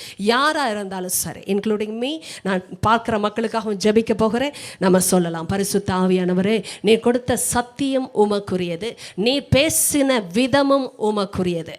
நீர் ஒரு காரியத்தை எங்கள் வாழ்க்கையில் அனுப்பும் பொழுது எங்களை கட்டும்படியே அனுப்புகிறேன், எங்களை சீர்திருத்தும்படியே அனுப்புகிறேன். ஏனென்றால் நாங்கள் புதிய மனுஷனை தரித்து கொண்ட ஜனம் ஐயா. அப்பா, தேவனுடைய சாயலில் இருக்கும்படியாக புதிதான அந்த மனுஷன் பூரண அறிவடையும்படியாக நீர் எங்களுக்கு தரித்து கொள்ள ஆண்டவர் கொடுத்த மனுஷன். அந்த மனுஷனாகிய நாங்கள், அந்த புதிய மக்களாகிய நாங்கள், இன்று புது சிருஷ்டிகளாகிய நாங்கள் இயேசுவுக்குள்ளாக புதிய மனுஷனாக இருக்கிறபடினாலே எங்களை தாழ்த்தி ஒப்பு கொடுத்து கேட்கிற காரியம் அப்பா, உம்முடைய சாயலில் சிருஷ்டிக்கப்பட்ட நாங்கள் புதிதான மக்கள் அப்பா. பூரண அறிவடையும்படியாக தேவன் எங்களோடு பேசி இருக்கிறார், அதற்காக நன்றி. பூரண அறிவடையும்படி ஆண்டவரே, இந்த அறிவுக்கு விரோதமாய் போராடுகிற பழைய காரியங்கள், பழைய எழுத்துக்கள், பழைய காட்சிகள், பழைய எல்லாவித சுபாவத்தின் காரியங்கள், பழைய செய்கைகள் எதுவானாலும் ஆண்டவரே, உம்முடைய பிள்ளைகளாகிய நாங்கள் அதை பெயர் சொல்லி உம்முடைய சமூகத்தில் சொல்லும் பொழுது இந்த ராத்திரி ஒரு விடுதலை உண்டாகட்டும் ஐயா. அப்பா, என்னை பார்த்து கொண்டிருக்கிறவர்களுக்காக, உம்முடைய மக்களுக்காக நான் ஜெபிக்கிறேன். அவர்கள் பெயர் சொல்லி இந்த பாவத்திலிருந்து எனக்கு விடுதலை வேண்டும் என்று கேட்டுக்கொண்டிருக்கும் பொழுது கர்த்தருடைய கரம் அவர்களை விடுதலை செய்யட்டும். எதை விரும்பினார்களோ அந்த விருப்பம் வெறுப்பாய் மாறட்டும். எதை அவர்களை வெறுக்கும்படியாக பிசாசு சொன்னானோ அது தேவனுக்குள்ளான விருப்பமாய் இருக்கிறபடினால் அது வளரட்டும் என்று சொல்லி நான் ஆசீர்வதிக்கிறேன். அப்பா, உமக்குள் கொடுக்கப்பட்ட சுபாவம் உம்மால் வந்தபடினாலே எங்களுக்குள் அந்த சுபாவத்துக்குரிய சாயலும் இருக்கிறபடினாலே அந்த சாயலுக்குரிய விருப்பம் தானையா இருக்கிறது. அந்த விருப்பத்துக்கு விரோதமான எந்த காரியங்களானாலும் இயேசுவின் நாமத்தில் சத்தியத்திற்கு கீழ்ப்படிந்து விலகுவதாக. விரோதமான எண்ணங்கள், எதிரான மேட்டிமைகள், சிந்தனைகள், அரண்கள் எதுவானாலும் இயேசுவின் சத்தியத்தின்படி 2 கொரிந்தியர் 5:10 நான் அதிகாரம் எடுத்து அந்த சிந்தனைகளை இயேசுவுக்கு கீழ்ப்படியும்படி சிறைப்படுத்துகிறேன். என்னோடு கூட பார்த்து கொண்டு ஜெபித்து கொண்டு இருக்கிற ஒவ்வொருடைய சிந்தனையும் ஆண்டவருடைய சத்தியத்திற்கு சிறைப்படுவதாக. We take captive of every single thought and opinion right now to obey Jesus Christ. இயேசுவுக்கு கீழ்ப்படியும்படி ஒவ்வொரு எண்ணத்தையும், அபிப்பிராயத்தையும், மேட்டிமைகளையும், எண்ணங்களையும் நாங்கள் சிறைப்படுத்துகிறோம் இயேசுவின் நாமத்தில். அப்பா, உம்முடைய நாமத்தில் நாங்கள் ஜெயிக்கிறோம் ஐயா. உம்முடைய பிள்ளைகள் புதிதாய் பிறந்தவர்கள், புதிய சாயலை உடையவர்கள், பூரண அறிவடையும்படியாக தேவனால் தெரிந்து கொள்ளப்பட்ட பரிசுத்தர்கள், தேவனுக்கு பிரியமானவர்கள் ஐயா. மன உருக்கத்தையும் ஆண்டவரை இரக்கத்தையும் உடையும்படி ஆண்டவரை பெரும்படியாக அழைக்கப்பட்ட ஜனம் நான் ஆசீர்வதிக்கிறேன். உடைய பிள்ளைகளை ஆசீர்வதிக்கிறேன். ஒருவரை கூட அகால மரணம், விபத்து, வீழ்ச்சி, வியாதி தொடக்கூடாது ராஜா. இயேசுவின் உயிர்த்தெழுந்த நாமத்தில் இந்த கிரியைகளை நான் சபிக்கிறேன். கட்டப்பட்டதாய் பாதாளத்துக்கு போய்விடட்டும். அப்பா, உடைய பிள்ளைகளுடைய கூடாரங்கள் மேல் உடைய ரகசிய செயல் திட்டம் இருக்கட்டும். இரவும் பகலும் காக்கிற உடைய தூதர்களின் பாதுகாப்புக்கு ஒப்பு கொடுக்கிறேன். அப்பா, எங்களை எல்லாரையும் சூழ காக்கிற உடைய பாளையத்திற்காக நன்றி. எங்கள் மேல் வைத்த உடைய கண்களுக்காய் நன்றி. எங்களுக்கு கொடுக்கிற லாபகரமான போதனைகளுக்காய் நன்றி. அப்பா, எங்களுக்கு நஷ்டம் எது லாபம் எதுன்னு தெரியும்பா. எங்களுக்கு வலி எது இன்பம் எதுன்னு தெரியும்பா. எங்களுக்கு நிற்பது என்றால் விடுவது என்றால் தெரியும்பா. அதனால தான் நம்முடைய சமூகத்தில் எங்களை விட்டு கொடுக்குறோம். நம்முடைய ஆளுகைக்கு எங்களை விட்டு கொடுக்குறோம். மகிமை உமக்கு மாத்திரம் வரட்டும். நம்முடைய பிள்ளைகள் ஜெயிக்கிறவர்கள் என்பதை அறிந்து, தேவனோடு ஆளுகிறவர்கள் என்பதை அறிந்து, தேவனுடைய பூரண கிருபைக்கு சொந்தமானவர்கள் என்பதை அறிந்து ஜெயிக்கிறவர்களாய் புறப்பட்டு போகட்டும். சரியான முடிவுகளை எடுக்கிறவர்களாய், தீர்மானங்களை உடையவர்களாய் புறப்பட்டு போகட்டும். ஆசீர்வதிக்கிறேன். ஒருவர் கூட சபிக்கப்பட முடியாதையா. எல்லாரையும் நான் ஆசீர்வதிக்கிறேன், மனதார ஆசீர்வதிக்கிறேன். ஆசீர்வதிக்கப்பட்டவர்களாகவே இருப்பார்கள். மகிமை உமக்கே வரட்டும். இயேசுவின் நாமத்தில் பிதாவே.